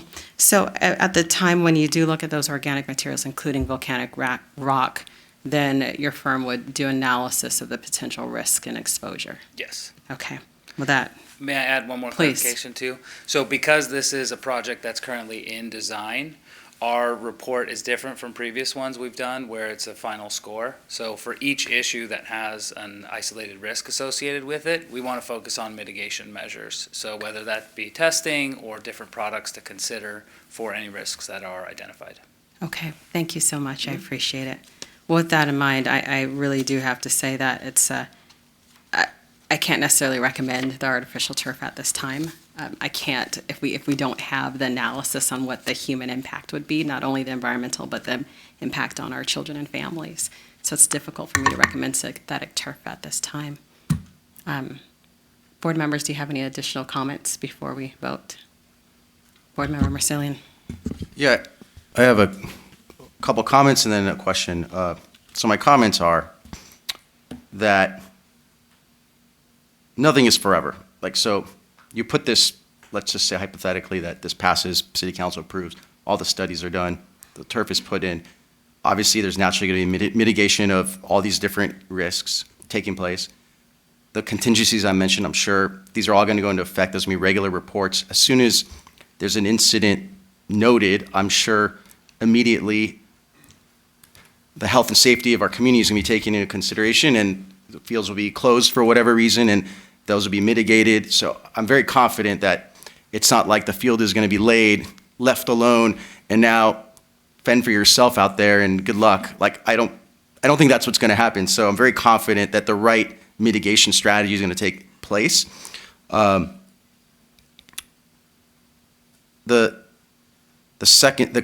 question that I have, and I believe I asked this the other day, was on the stakeholder meeting, was this is not the first artificial turf in our community.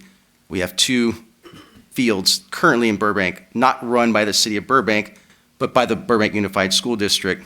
Burroughs High School, Burbank High School, both have artificial turf fields. Granted, they are not on a water reservoir, so I get that. I'm not ignorant to that. But they are artificial turf at a high school, minors using it day in, day out. I see the use of it and how effective it is. I run on it. I've seen lots of kids running on it, how useful it is, bands practicing, whatever the case may be.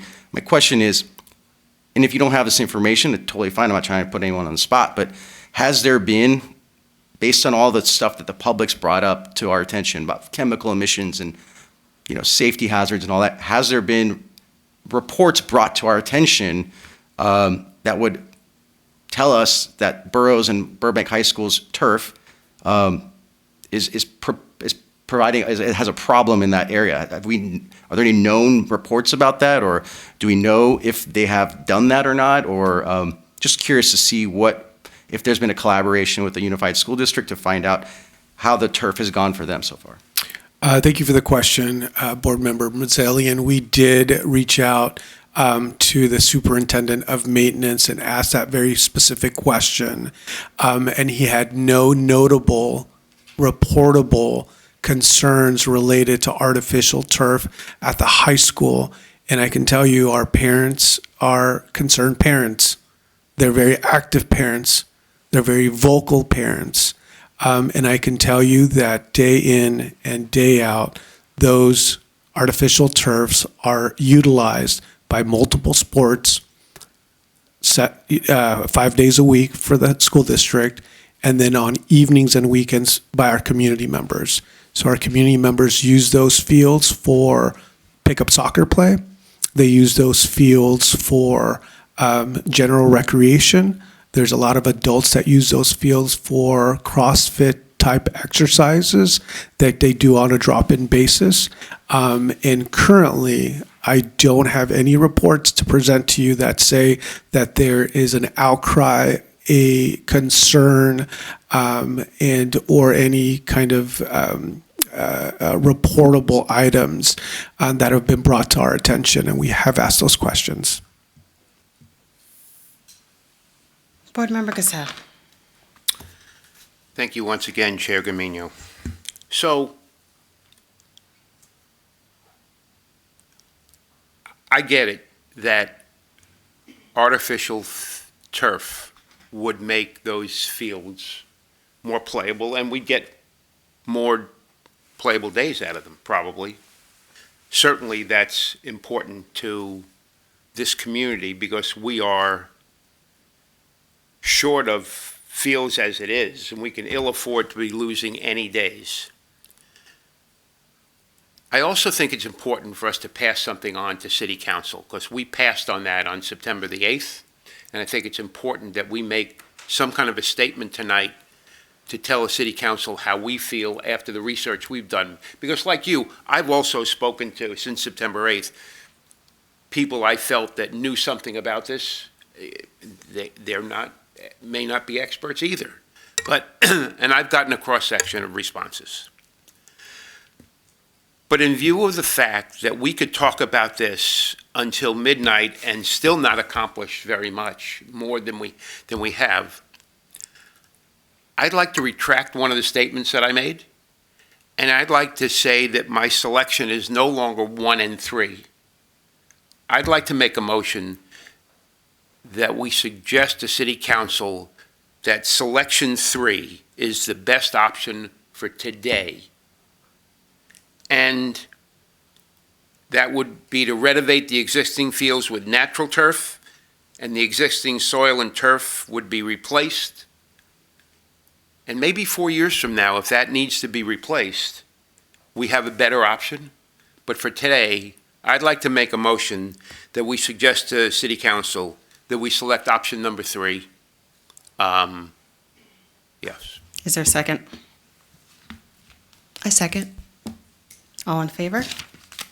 I'm sorry. Is there anyone opposed? Discussion first. Okay, please, discussion. Yeah, I wholeheartedly understand where you guys are coming from, and I struggle with it, and it's not an easy decision, and I know where you guys are coming from. I 100% do, and I don't have the right answer, but you know, I really have to put my Parks and Recreation hat on here, and so I do have a different direction I want to go. Okay, anyone else? Okay, opposed? I have a second. Board Member Ramsey? Okay, all in favor? 3 3, okay, all opposed? Okay, 3 in favor and 1 opposed. Ayes have it. I'm sorry, I said ayes. All in favor, we said aye, right? Okay, ayes have it, so there's our recommendation. Thank you so much for the report. I look forward to reading the extensive report. The questions that you and your team posed to us were very informative. I know that they would answer my questions once it's done, so I look forward to reading it. Thank you for your time today. I do appreciate it. My pleasure. Thank you as well. And kudos for looking at this at a deeper perspective. That's not a position I envy as well. Cheers. Thank you so much. If I may make just a really brief statement, I really Please. want to thank the board. Absolutely, I appreciate the comments. I know that this has been a big struggle for all of us. As we've talked and we've had conversations, we absolutely value the input of the community from the sustainability perspective. Also looking at our community, and to take a little bit, what Board Member Mercerlian said, we have looked at it from that park and recreation perspective, not by any means, making light or not trying to work through the challenges with the ensuring the safety of our water, protecting that water, and making sure that it's as safe of an environment for our community. But absolutely, thank you so much. I can tell that this was a struggle for the board, and absolutely respect and appreciate your dialogue, and look forward to seeing going through the continuing to work with Citadel and bringing this before the City Council on December 6th. So thank you very much. Thank you. Yes, Board Member Gasell. Thank you. I would like to add, and I know I'm being repetitive, but if the quality of your work is as good as your presentation, I think our city should be proud to work with a company like yours, and hopefully we will find some solution that works for everybody, because that's what we do. Thank you. I agree with that. Okay, so now we move on to the consent calendar. All matters listed under the consent calendar are considered routine by department staff and may be enacted by the board with one motion. There will be no separate discussion of these items unless the board votes on a motion to approve. I'm sorry, let's see. Let me make sure I'm reading this right. Okay, so before the board will vote on a motion to approve all of the recommendations of board members, the staff, and public requests, unless we take out any specific items. There we go. Okay. Looking at the consent calendar, we have the aquatic program annual report, the capital improvement program, we have city council agenda items, contract compliance, park patrol report, and departmental operations update. Would anyone like to remove any of the consent items from our docket? No? Yes. I'd like to make a motion, we accept the consent calendar as written. Do I have a second? A second. All in favor? Aye. Aye, ayes have it. Thank you so much. Okay. Moving on to tabled items. Board members, do you have any additional comments before we close? Yes, Board Member Mercillian. I have a future agenda item, if that were for when we get to that. Okay, perfect. Once we get to that, thank you so much for catching that. Any additional comments from any other board members? No? Okay. Board member. Yes. Do you have a comment? Yes. Just like to wish everybody a happy holiday. Oh, thank you. We're not here next week. That's right. Okay. See you at the tree lighting. Thank you so much. Happy holidays to all of you. Okay, any introduction of new board items? Yes, Board Member Marcillian. Yeah, so in the interest of time and to not take up much more here, I took the liberty of typing this out so I can read it pretty quickly. It's like font 10. I'll read it really quickly. It's not going to take more than 2 minutes, and then I will hand this piece of paper to the staff that you can keep it with you. But this is my new item that I'd like to propose. Given the exponentially rising nature of the sport and the amount of interest specifically here in the Burbank community, I would like to add pickleball, as we talked about earlier, as a future meeting agenda item. Pickleball has been a tremendous growth, has seen a tremendous growth and been categorized by the Sports and Fitness Industry Association as a country's fastest growing sport over the past 4 years with over 5 million people. As an avid recreational competitive player over the last 3 years, I can firsthand attest to this. Taking this into consideration, being early adopters, the Burbank Parks and Recreation Department built 4 dedicated permanent courts at Maxim Park and even added permanent pickleball playing lines on the 2 tennis courts at Izay Park. For everyone's reference, the prime hours for most pickleball play are weeknights from 5 to 10 p.m. and on weekends, typically from 8 a.m. to 2 p.m. During these prime hours, we currently only have 4 courts available at Maxim Park and not the other facilities where people can show up and play during these prime hours. Given the stats shared earlier and how the popular sport has become, the 4 courts in Burbank during these prime hours is just not enough real estate to accommodate the demand. With that, I'd like the Parks and Recreation staff to explore and add these 4 agenda items, or look into them. Item number 1, I'd like to explore dedicating open play nights at Izay Park, utilizing at least one of the tennis courts during prime hours, which typically, like I said, are weeknights from 5 to 10 p.m. One tennis court has 4 pickleball courts, which can accommodate up to 16 people playing at once, whereas tennis can only accommodate at most 4 people. Additionally, I've been to Izay many times, and there's hardly ever a queue of people waiting to play tennis, whereas when you go to Maxim, there's a queue of at least 40 people waiting to play pickleball on any given weeknight during these prime hours. Opening the courts at Izay Park for pickle on weeknights or weekends will help alleviate the crowds at Maxim and help disperse the players. Item number 2, given the Parks and Recreation Department has an alliance, I can't remember the name, Board Member Ramsey mentioned it, with the Burbank Unified School District, I can't remember, joint use. I'd like to explore the possibility of adding permanent lines similar to Izay Park on the tennis courts at both Burbank and Burroughs, or one of the 2. There are many schools in Southern California that begun to add pickleball courts to their facilities and even adding it as a PE class within their curriculums. Opening up pickleball play at those high schools during after-school hours, weeknights, and weekends can also help alleviate the crowds we currently are experiencing at Maxim Park. I'm almost done, I promise. Item number 3, would like to explore the possibility, as we were talking about earlier, of transitioning one, if not both, of the clay courts, because I have been there and those clay courts go heavily unused at most of these primetime hours. One or both of the clay courts, or if the clay courts need to stay for whatever reason, one of the hard tennis courts into permanent pickleball courts at the Burbank Tennis Center. You're seeing a lot of tennis centers starting to adopt pickleball and seeing high traffic at their centers given the popularity. There's prime real estate to transition a tennis court into pickleball courts at the tennis center, and with 1 or 2, you can have anywhere from 16 to 32 people playing at any one time, and can assure you that these would be used to its fullest during these nights and weekends, and you'd bolster court reservations as well as a lot of traffic to the on-site cafe.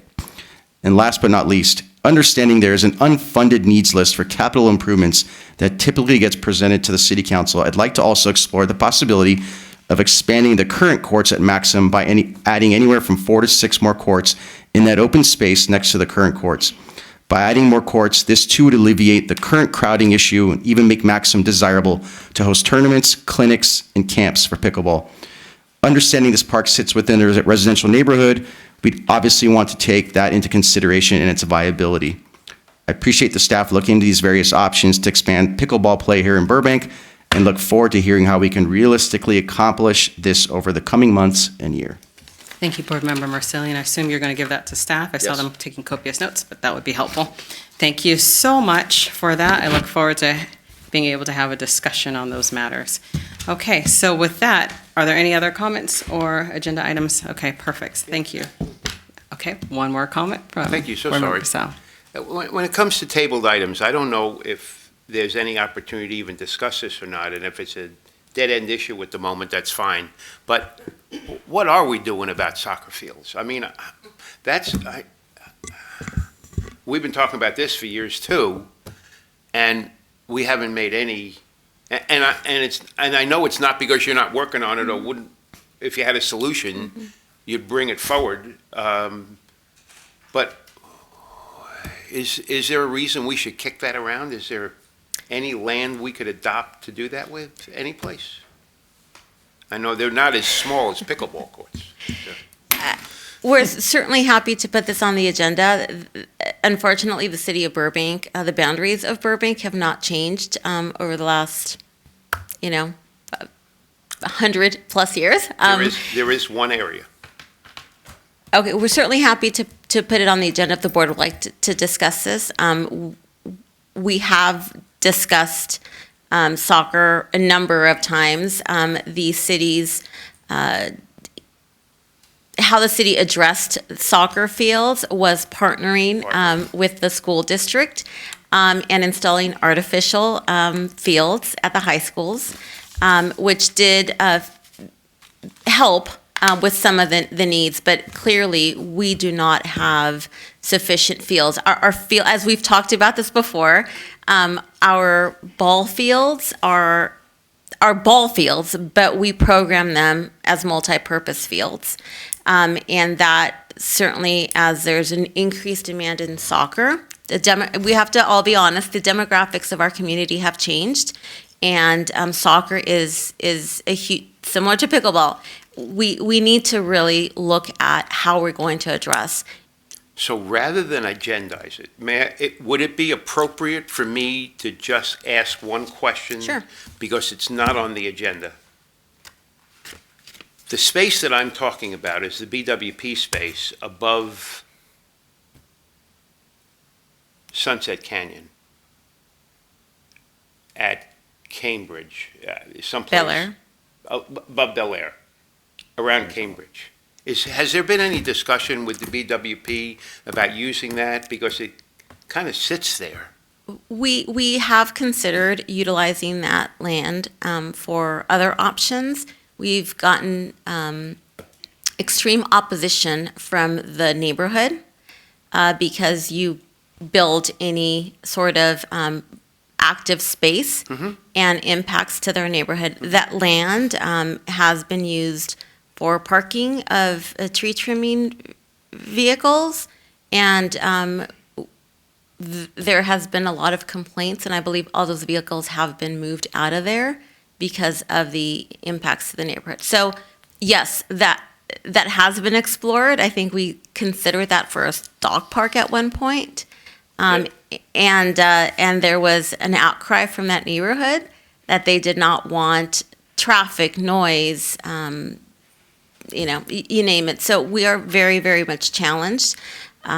We have a beautiful hillside. I don't know that developing the hillside and adding soccer fields is the answer for many reasons, but that is really the only available land that the city has for future development. And clearly we have housing challenges as well, and any available land that the city could potentially consider purchasing is being used to develop for housing. So again, with more housing, more people, more demand for park and open space, and that is a challenge that we have, which again is going back to the artificial, and not that I want to belabor that, but those are the reasons why, we'd only discussed the artificial because of the challenges with keeping grass green at Brace, because we have been struggling, because there is a huge demand.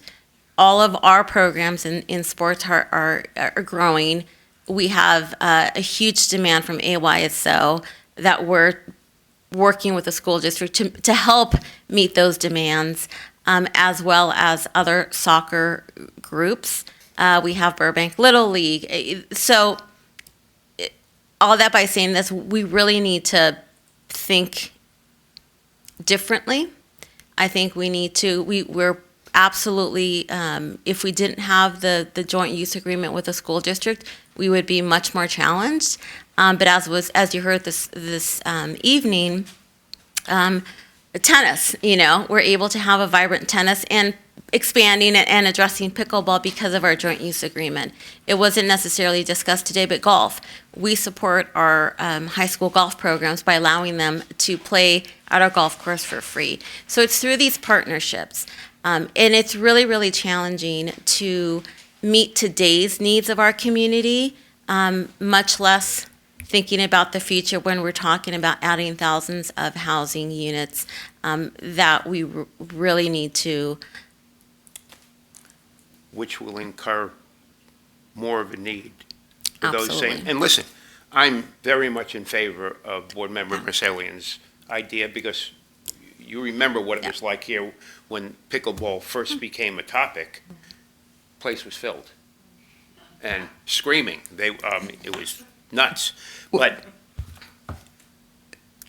Board Member Gasol, would we like to add this as an agenda item thank so you. we don't get into discussion? I don't think I want to yet. I think I want to have a Thank you. further discussion with Ms. Garcia personally, and with anybody else that wants to, before we put that on the agenda, because the idea that I had obviously isn't going to work. So, I can appreciate that. Thank you so much. Okay. Well, with that, happy holidays, happy New Year, everyone. We always appreciate you, and I just want to reiterate to the staff, we really appreciate all that you do, all the hard work. We're grateful for everything you do. Happy holidays, everyone. This concludes our meeting until January 12th next year. Happy New Year.